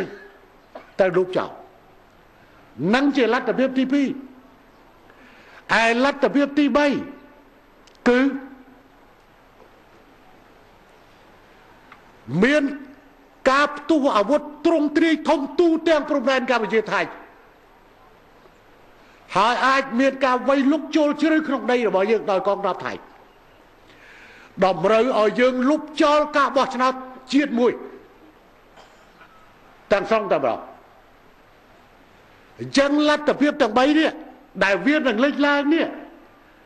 តើរើសយកមួយណារើសយកអាធ្វើសង្គ្រាមទូទាំងព្រំដែនរើសយកអាការផ្ទុះអាវុធក្នុងតំបន់ដែលប្រាសាទព្រះវិហារឬរើសយកវិធីនៅស្ងាត់ស្ងៀមឲ្យត្រឹងកុំផ្ទុះអាវុធប៉ុន្តែកុំឲ្យអ្នកឯងមកមុខទៀតនេះហើយជាបញ្ហានៃមេដឹកនាំត្រូវធ្វើការសម្រេចចិត្តបដិជគុណលោកយាយលោកតាក្នុងឋានៈជាអតីតទាហានម្នាក់ដែលធ្លាប់ចូលសមរភូមិ105លើករបួស5ដងខ្វាក់ភ្នែកម្ខាងឈាមស្ទើរតែហូរក្នុងបេះដូងដែលត្រូវឲ្យគេជន់ឈ្លីលើអធិបតេយ្យហើយមិនព្រមផ្ទុះអាវុធប៉ុន្តែលោកយាយលោកតាឥឡូវនេះតើការសម្រេចចិត្តរបស់ខ្ញុំកណាខ្ញុំត្រូវឬខុសបើសិនជាយើងសម្រេចចិត្ត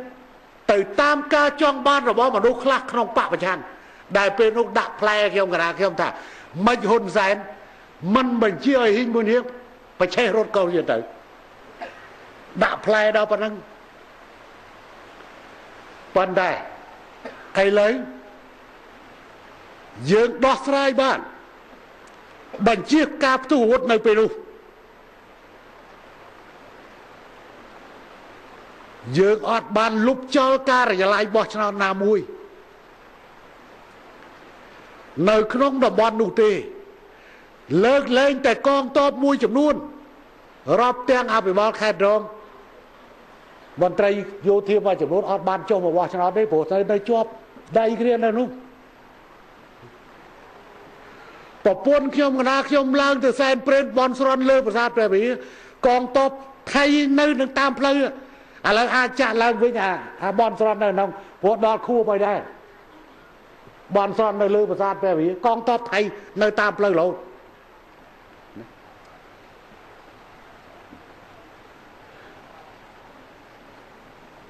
អញ្ចឹងទេការសម្រេចចិត្តបែបនេះបញ្ជាបានសង្គ្រាមហើយបោះឆ្នោតបាន เรื่องนี้ในទីក្រុងបាងកកគេប្រើបញ្ហាប្រាសាទព្រះវិហារដើម្បីផ្ដួលរំលំរដ្ឋាភិបាលដែលស្និទ្ធនឹងថៃស៊ីនឯនៅកម្ពុជាគេប្រើប្រាស់បញ្ហាទល់តែនេះដើម្បីកុំឲ្យមានការបោះឆ្នោតព្រោះគេដឹងថាគេចាញ់សម្រាប់ចិត្តខុសតែបន្តិចគឺគ្រោះថ្នាក់ប្រទេសទាំងមូលយ៉ាងខ្ញុំកណាខ្ញុំស្ទើរតែច្រកឈាមចេញពីភ្នែកពីច្រមុះពីមាត់ពីបេះដូងដែលត្រូវឲ្យគេទ្រាំជន់ក្បាល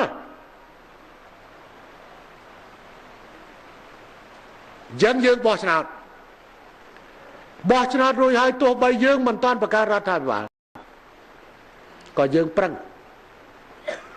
ដើម្បីចរចារកដំណោះស្រាយកាត់បន្ថយកងទ័ពតាំងពីចំនួនជិត 1000 នាក់ឲ្យថយទុក20នៅខាងក្រោម10នៅលើវត្តកែវសិរៈ20ទល់មុខគ្នា10នៅខាងលើបន្តមកចូលដល់ឆ្នាំ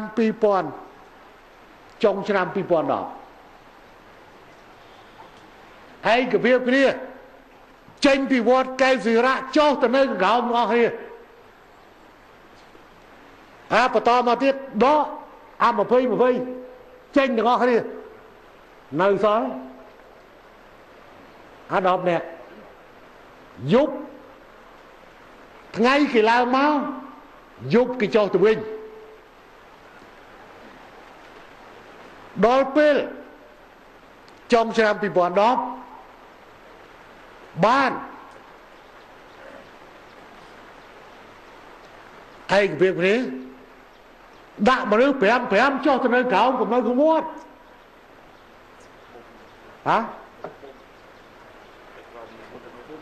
ទេដល់គុំឯងព្រោះប្រជាពលរដ្ឋតាមដឹងតែហ្នឹង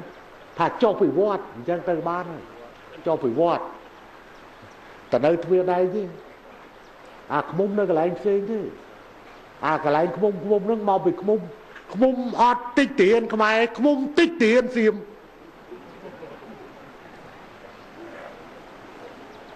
អញ្ចឹងបានគេហៅអាកន្លែងឃុំនោះឈ្មោះវាចាប់កណ្ដាលដល់ពីអាហ្នឹងដែរឃុំអត់តិចទៀនខ្មែរតិចទៅទៀនថៃអញ្ចឹងបានគេហៅកន្លែងឃុំនោះប៉ុន្តែឥឡូវមិនមែននៅកន្លែងឃុំណានៅអាទ្វារដៃទេអា5ហ្នឹងមិនមែននៅកន្លែងឃុំណាអាកន្លែងឃុំអាកន្លែង20ទេ20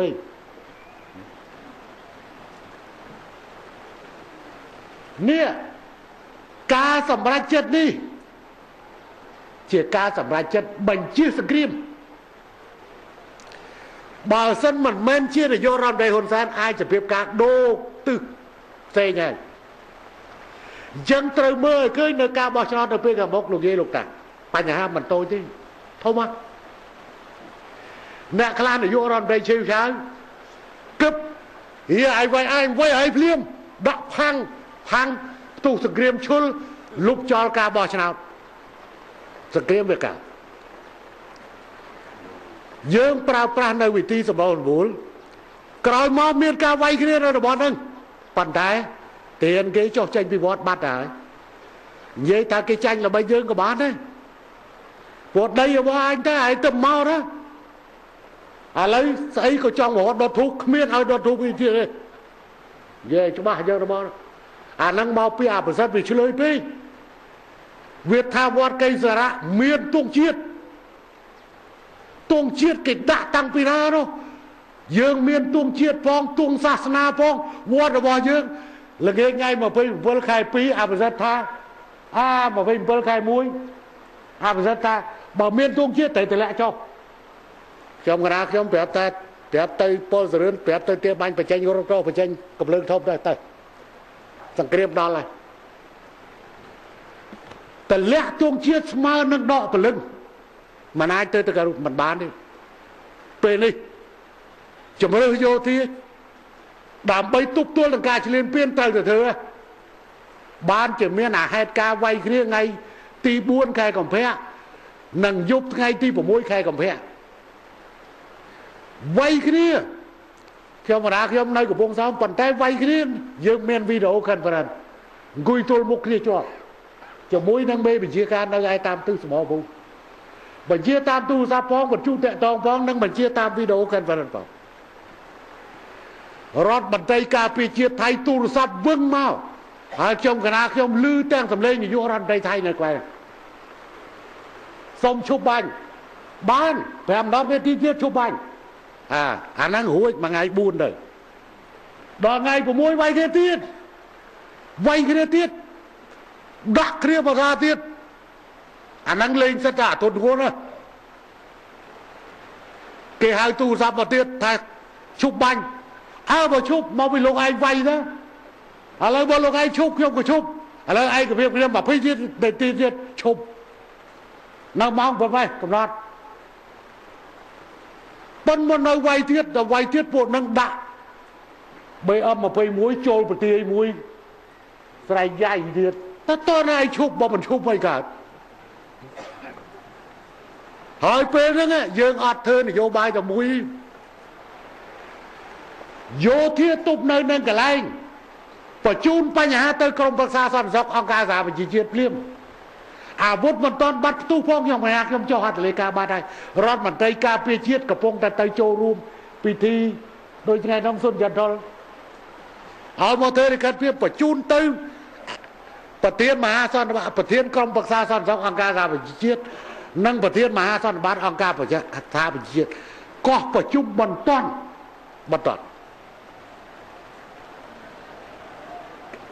កសែតពីរុំរដ្ឋមន្ត្រីការបរទេសថៃជាន់នោះថាកម្ពុជាស្នើរើសប៉ុន្តែគ្មានណាយកចិត្តទុកដាក់នឹងប្រជុំទេដល់ទីចុងបំផុតប្រណិប័តការក្នុងរង្វង់ត្រឹមតែ1អាទិត្យមិនដល់1អាទិត្យក្រុមប្រឹក្សាសន្តិសុខកោះប្រជុំបន្តព្រោះរឿងទាំងអស់រាប់រយរឿងគេប្តឹងទៅក្រុមប្រឹក្សាសន្តិសុខមិនមែនរឿងណាសិតតែក្រុមប្រឹក្សាសន្តិសុខកោះប្រជុំទេប៉ុន្តែកម្ពុជាកោះស្នើឲ្យកោះប្រជុំគឺក្រុមប្រឹក្សាសន្តិសុខកោះប្រជុំបន្តកាសែតពីរុំអតីតរដ្ឋមន្ត្រីការបរទេសថៃទៅញូវយ៉កស្ទើរមិនតាន់ពេលផងក្រោយមកយើងដាក់បញ្ហានឹងទៅតុលាការអន្តរជាតិឡាអេតើវិធីដោះស្រាយនយោបាយរដ្ឋរបស់នាយករដ្ឋមន្ត្រីហ៊ុនសែនតាមគេហៅថាមុំចង្ក្រាន3នេះសមស្របឬទេសម្រាប់ការវិនិច្ឆ័យរបស់ប្រជាពលរដ្ឋដែលជាម្ចាស់ឆ្នោតទី1យោធាទប់ទល់នៅនឹងកន្លែងកម្លាំងប្រព័ន្ធទប់ទល់នៅនឹងកន្លែងកុំឲ្យគេឆ្លៀនពៀនបានពីមុនដោះស្រាយដល់សន្តិវិធីដើម្បីបញ្ចេញកម្លាំងចរចាដោះស្រាយដល់សន្តិវិធីវិធានការទប់ទល់កម្លាំងនៅនឹងកន្លែងទី2ដំណើរការទូតតាមរយៈយន្តការក្រុមប្រឹក្សាសន្តិសុខអង្គការសហប្រជាជាតិនិងតាមរយៈអាស៊ានឯទី3តាមរយៈផ្លូវច្បាប់ទៅតុលាការអន្តរជាតិទីក្រុងឡាអេតើការសម្រេចចិត្តរបស់នាយករដ្ឋមន្ត្រីហ៊ុនសែនធ្វើបែបនេះត្រឹមត្រូវហើយឬនៅបញ្ជាបានការយកកែនទាហានពីខេត្តកពតយកទៅច្បាំងពិតមែនហើយទៅចល័តកងពល11របស់យើងសកលទៅជំនួយមួយចំនួនប៉ុន្តែมันបានរើសទាហានថ្មីពីខេត្តកពតយកទៅច្បាំងទេនឹងឲ្យឃើញអំពីចំណុចពាក់ព័ន្ធជាមួយនឹងបញ្ហានេះមិនធម្មតាទេលើកទី2នៅខែមេសាថ្ងៃទី24ខែមេសាក្រោយចូលឆ្នាំខ្មែរតែប៉ុន្មានថ្ងៃជាថ្មីម្ដងទៀតខ្ញុំសូមបញ្ជាក់រឿងនេះបញ្ចេញតើការសម្រេចចិត្តនៃសមរភូមិមួយនេះត្រឹមត្រូវឬអត់ពេលនោះពលសរឿនក៏នៅហ្នឹងមាននរណាខ្លះនៅក្នុងថ្ងៃនោះដូចមានតែពលសរឿនអ្នករបស់នៅនេះបានតែគេថាអាវុធចាប់ផ្ទុះតាំងពីម៉ោង 6:20 នាទីព្រឹក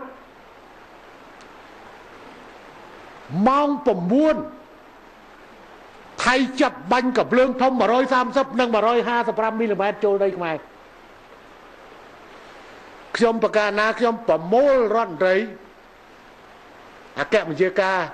តបមេប៉ូលីសមេPMមកជុំគ្នានៅផ្ទះខ្ញុំប្រាខ្ញុំនៅមានអីគ្នាអង្គុយនៅមុខវីដេអូconferenceផងនិងបញ្ជាតាមទូរស័ព្ទផងខាងមុខសំបាញ់តបតដល់កម្លាំងធំព្រោះគេវាយកម្លាំងធំមកខ្លាំងពេកយើងត្រូវជំរាបប្រជាជនមកខាងក្រៅមកដល់សំរោងគេវាយមកដល់ក្បែរសំរោងទីរួមខេត្តទៅទៀតតលេសតលេអីតិចទីអើយបាញ់រាប់ម៉ឺនគ្រាប់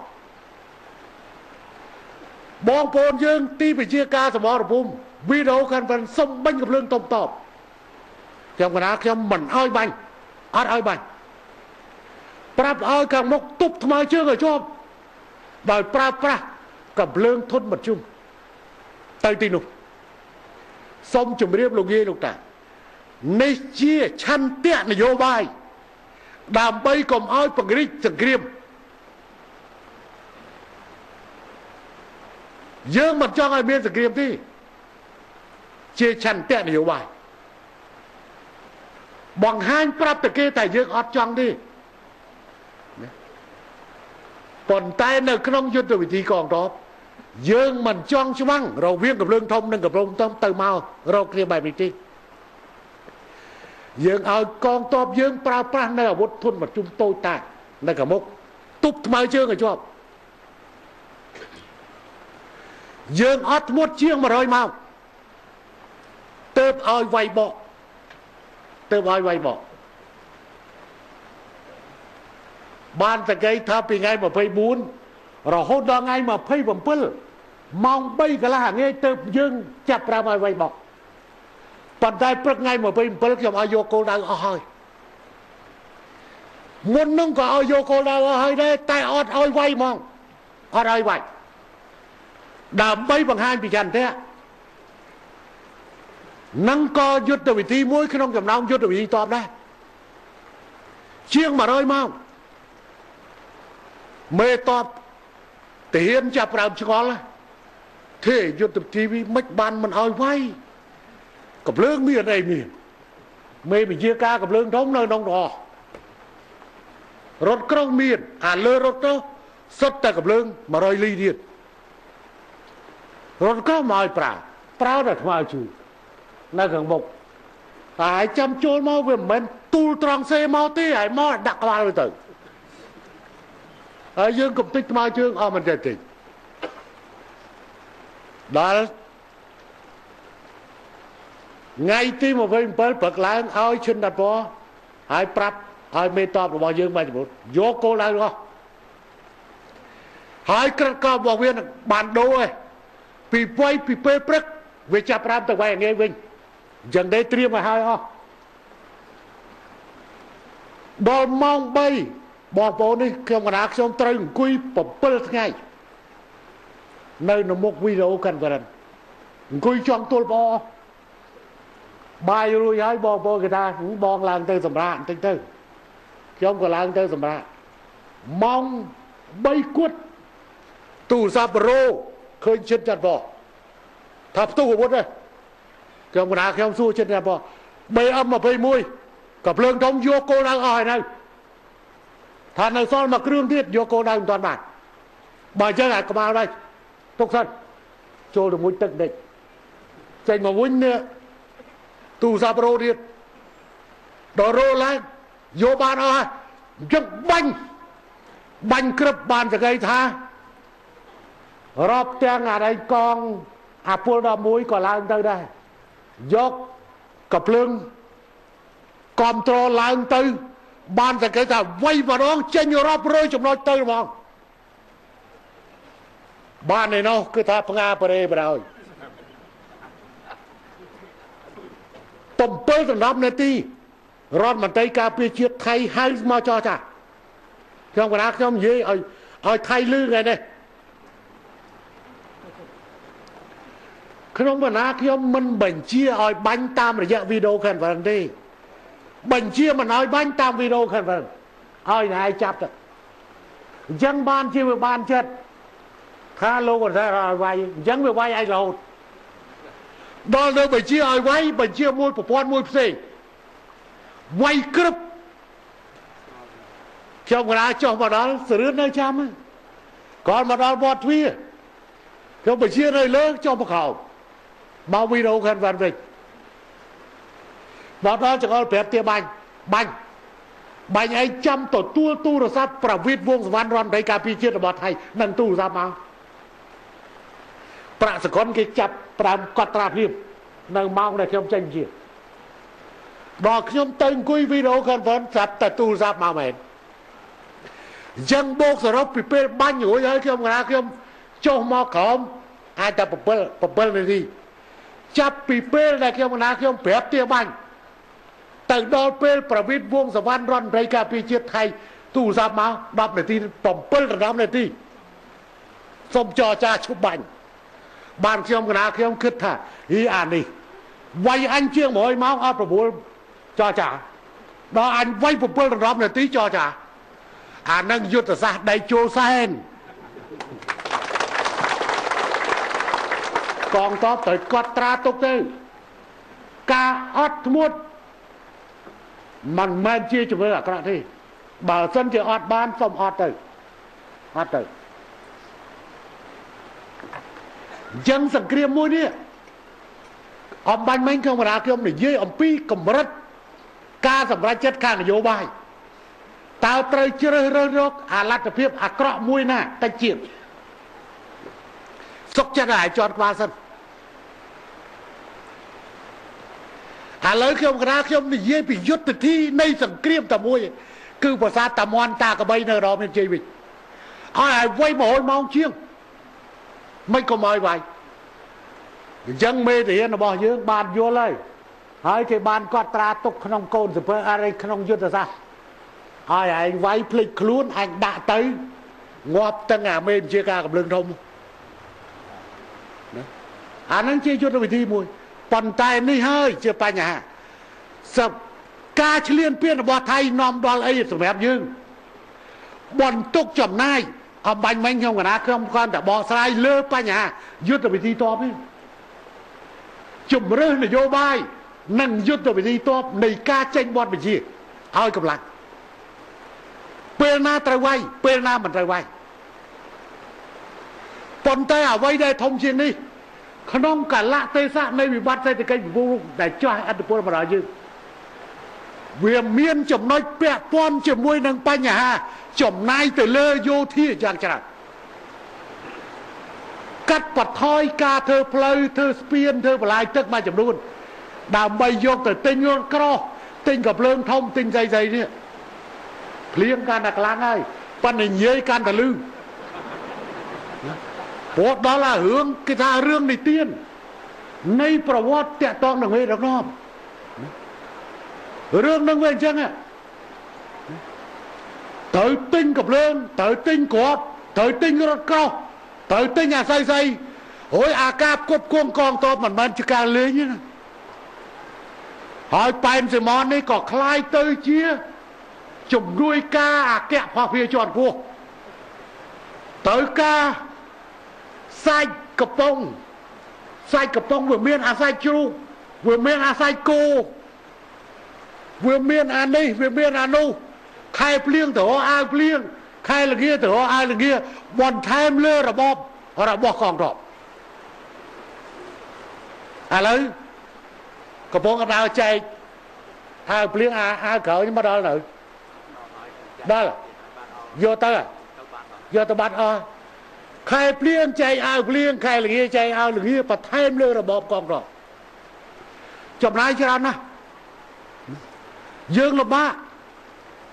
វិបត្តិសេដ្ឋកិច្ចថៃឈ្លានពានហើយចំណុចទី3ចំនួនឆ្នាំ2012 11ធំណាស់ព្យុះកេតសាណាឆ្នាំ2009ក៏ធំណាស់តម្រូវឲ្យយើងបង្វែរការចំណាយមួយចំនួនទៅជួសជុលការខូចខាតជួយសង្គ្រោះប្រជាជនអញ្ចឹងយើងសង្គ្រោះបានទាំងអធិបតេយ្យលើវិស័យការពារជាតិយើង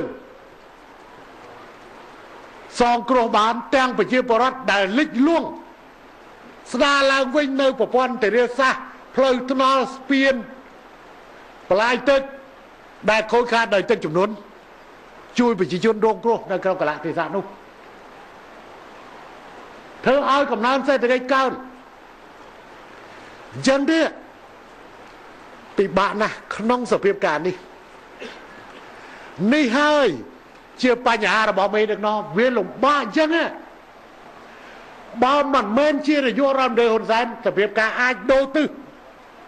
ទៅមួយផ្សេងហើយសង្គ្រាមកម្ពុជាថៃដកអត់ជាប់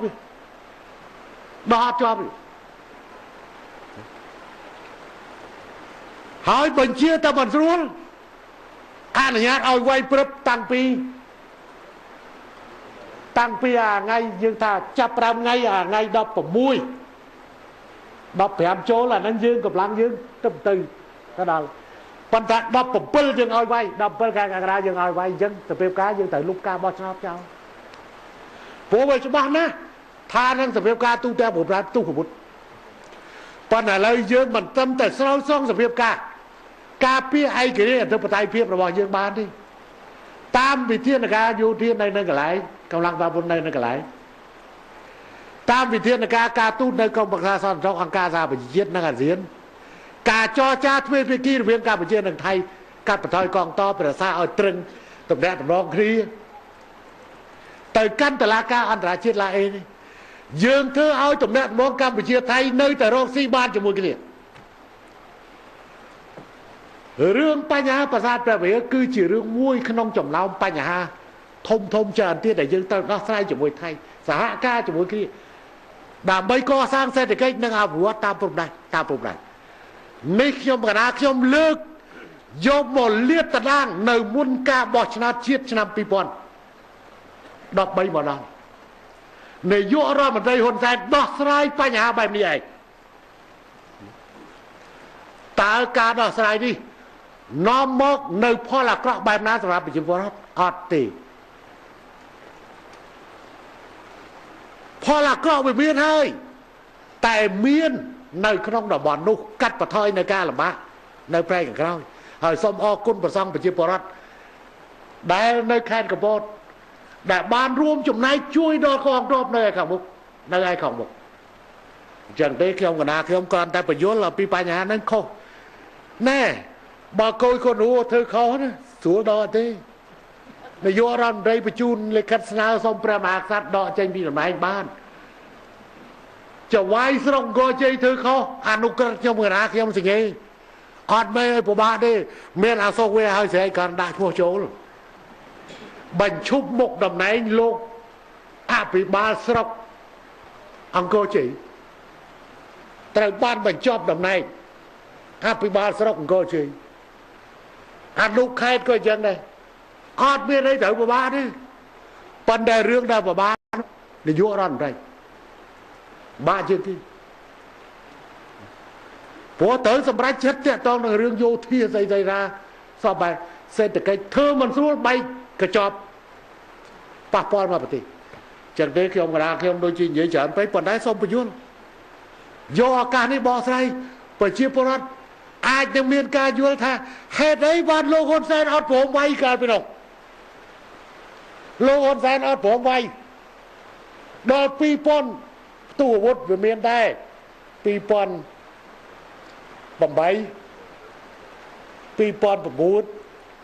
2010ក៏មានផ្ទុះតែផ្ទុះធំ2011ហើយមិនបានមិនវាយឲ្យខ្លាំងនៅពេលនោះដល់អាក្រោយទៀតមិនបានមិនឲ្យវាយគេវាយជង់ហូបសិតតាកំភ្លើងធំមកហើយអត់តសោះឲ្យប្រើ60 80 មីលីម៉ែត្ររត់ក្រោះក៏មិនឲ្យប្រើអាកំភ្លើងធន់នៅទីទៀតក៏មិនឲ្យប្រើនឹងគឺជាជំរើសខាងផ្នែកយោធាជំរើសនយោបាយជំរើសយោធាជំរើសសេដ្ឋកិច្ចជំរើសស្អីរឿងរ៉ាវច្រើនឥឡូវតំណែងបងយើងជាមួយថៃល្អប្រសើរឡើងវិញមានអ្នកចិត្តខាងល្អដោយមានមាសមានអ្នកចិត្តខាងអាក្រក់ដោយមានមីន อาภิสิทธิ์จะกรอบมีนได้บ่มตู้ตัวแดนยินละสินวัตรก็โดยเชี่ยไทยสินปีดามยืงโดยเมียนเมียยังพอยืงอดจำนายจะนั่นอาภิสิทธิ์ยืงเตยจำนายโทมะยังบานยืงเกิดความก่อสร้างสันติเพียบบัตรเพียบนังสาปานบานการจมูกปฏิชิดข้างต่างอ้อก็ว่าเมียนสกรีบมาเมียนสกรีบจังเต็มเมียนประพันธ์นังแต่เจ้าลูกยี่ลูกตาก่อนประยุทธ์แต่ประยุทธ์นี่ตระบานประยุทธ์ประชาชนตู้แตงประเทศยังเตะขยมนาขยมประเจ้าท่าเนื้อดอเตยเตี้ยเนี่ยได้จะไปกับชนในโยรามใจเกเมียนปีศาจกบก้อนหายหรือไงเรื่องนี้เรื่องสำคัญนะปะดอเตยตาเกเมียนปีศาจกบก้อนหายหรือในขนมกาดักนอประเทศฉลองกัดในกาละบาโดยจะยังเติบดูโปรโพดตุบกัดกาเวอร์ตลอดในระบบโปรโพดก่อสร้างประเทศลาววิ่งจะมวยนังกาได้มาการก่อสร้างได้มาการตุบกัดระบบอะไรพุทธโปรโพดกาจอจ้าสวยยรกสันเดียบนังกาบังเกิดนโยบายชนะชนะอนุญาตเอาเยอะประโคมจากไหนหายจงกรอยนี้วิบัติเป็นปรำชนะในอนาคตวิบัติเศรษฐกิจสกอลโบกนังกาเฉลี่ยเปลี่ยนบอไทยโบกหนึ่ง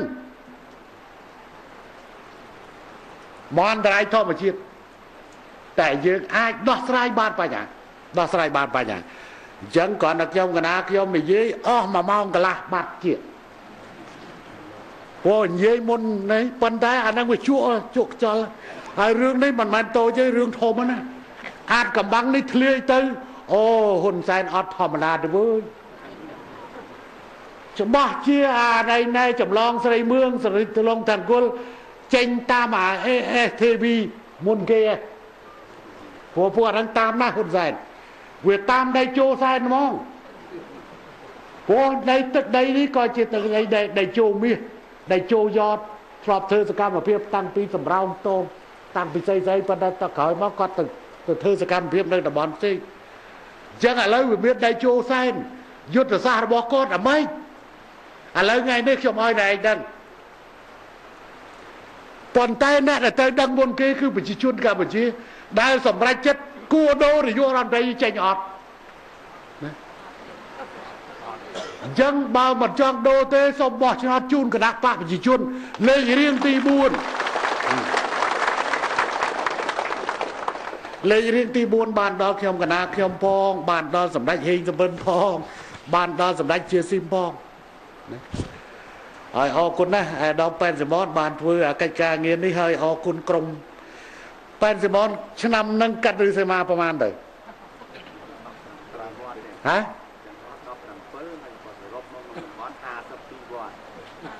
ปันได้กัดชนำนั่ง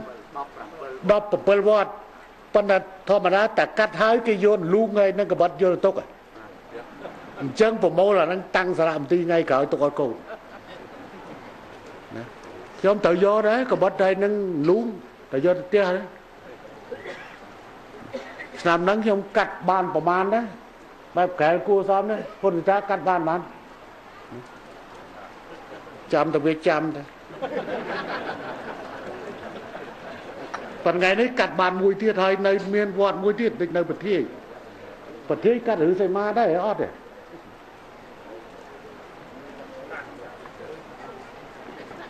hai tháng ngàyនេះបច្ច័យអធិការនឹងពុទ្ធបរិស័ទវត្តប្រាសាទគុំតានីត្រកអង្គរជ័យសូមចម្រើនពរបណ្ឌបាតនិងគោរពស្នើសុំសម្ដេចដេចជួសម្ដេចដេចជួនិងសម្ដេចកទេសព្រឹទ្ធមិត្តភរិយាខ្ញុំបណ្ណាខ្ញុំមានមហាព្រះមហាក្សត្រប្រទានគោរពងារឡើងសម្ដេចហើយប៉ុនសម្ដេចចុះសម្ដេចឡើងបងហើយអូនឡាហែម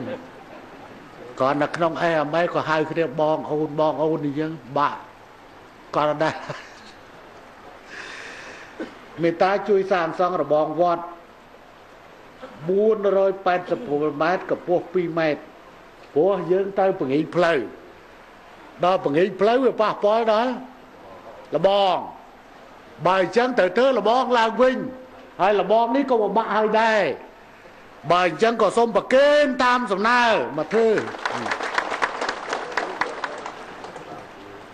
mình từ từ cả một cái từ từ mà chung buôn chúng dân là bao tí pi giả cung trô tuông xà la bà tòm sắc xa tập bèn khoa nôm công xông cổ rốt sna xông đùm rạch xông cổ rốt sna xông vậy bà năng đi cho người ta chui sàng xa kia sắc xa mà khăn phục mùi bật túc chun tam sầm na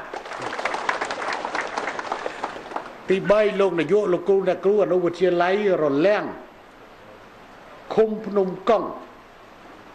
xông cổ rốt sna xông người ta chui sàng xoáng ở kia sắc xa mà khăn phục mùi bật túc có chun tam sầm na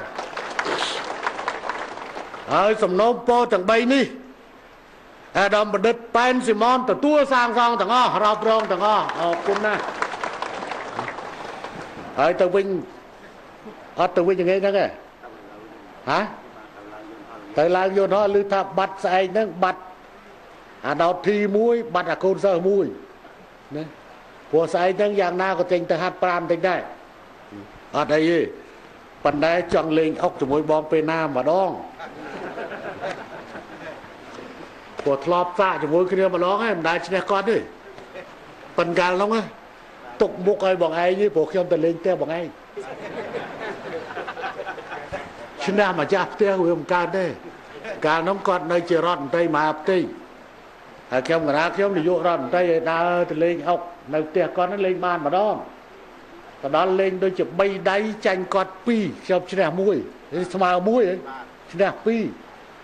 chanh pi mà muối hả đó thế càng nóng có ớt chứ nè tại chồng tục mục áo tiêu để lên te kia chứ nè kia ở mấy đó chắc thầy phé với tha đây sao với tha đây với tha màu bị khiông mà lên te còn đành màn khiông trên là chành bắt đầu phải lên khôi rồi cho ngày nay có ban nó mong sầm rạp lưu ta chấm nôn mà rồi nè không mà nè nát sau mà đóng theo bị ca mà mờ đi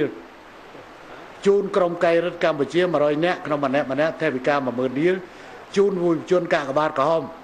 mà rồi nè không mà nè theo bị ca mờ đi xa rồi xa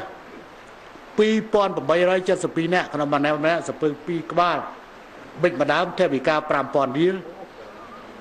chun lục cru nè cru pi rồi đập pram nè không mà nè theo bị ca bay mờ đi và kênh rong từ trang của bay từ này muối phải cháy ha sập mờ đi và kênh xây ma ăn được cân và cháy mà liền đi chun là nụ vượt chia lay anh miết tần ni khung tần ni theo bị cá ha sập mờ đi anh miết cái này ở phục rồi bỏ ông cha tây mari nữa con đã khung nơi nâng sau cái nơi nâng chú là nụ vượt chia lay sầm đạch hôn sen ông co chơi khung tần ni ha sầm mờ đi chun vượt chia lay chia sim ông co chơi khung tần ni theo bị ca mà liền đi chun mòn đôi sọc cặp hiệp tần ni theo bị ca mà liền đi chun xà la sọc co chơi theo bị ca mà liền đi chun crom đòn tây sầm mai theo bị ca mà liền đi năng cứ phần năng để cho hai chữ môi năng ca bạc ca đàm bay và cho khăn sẽ ma năng chlong sầm mất pol ni này tí ni khi ông bạc ca na khi ông xôm bạc kên po chụp po vào đây chỉ con bạc sang con bạc ông chụp po ai đâm luôn chụp tiêu năng bò po chụp đục chia tầng ho xôm bạc cọp đòi put po tầng buôn bạc ca dùng bạc nạ sau kẹpไปแล้วcòn bay kia cái này xôm hòmขึ้นสม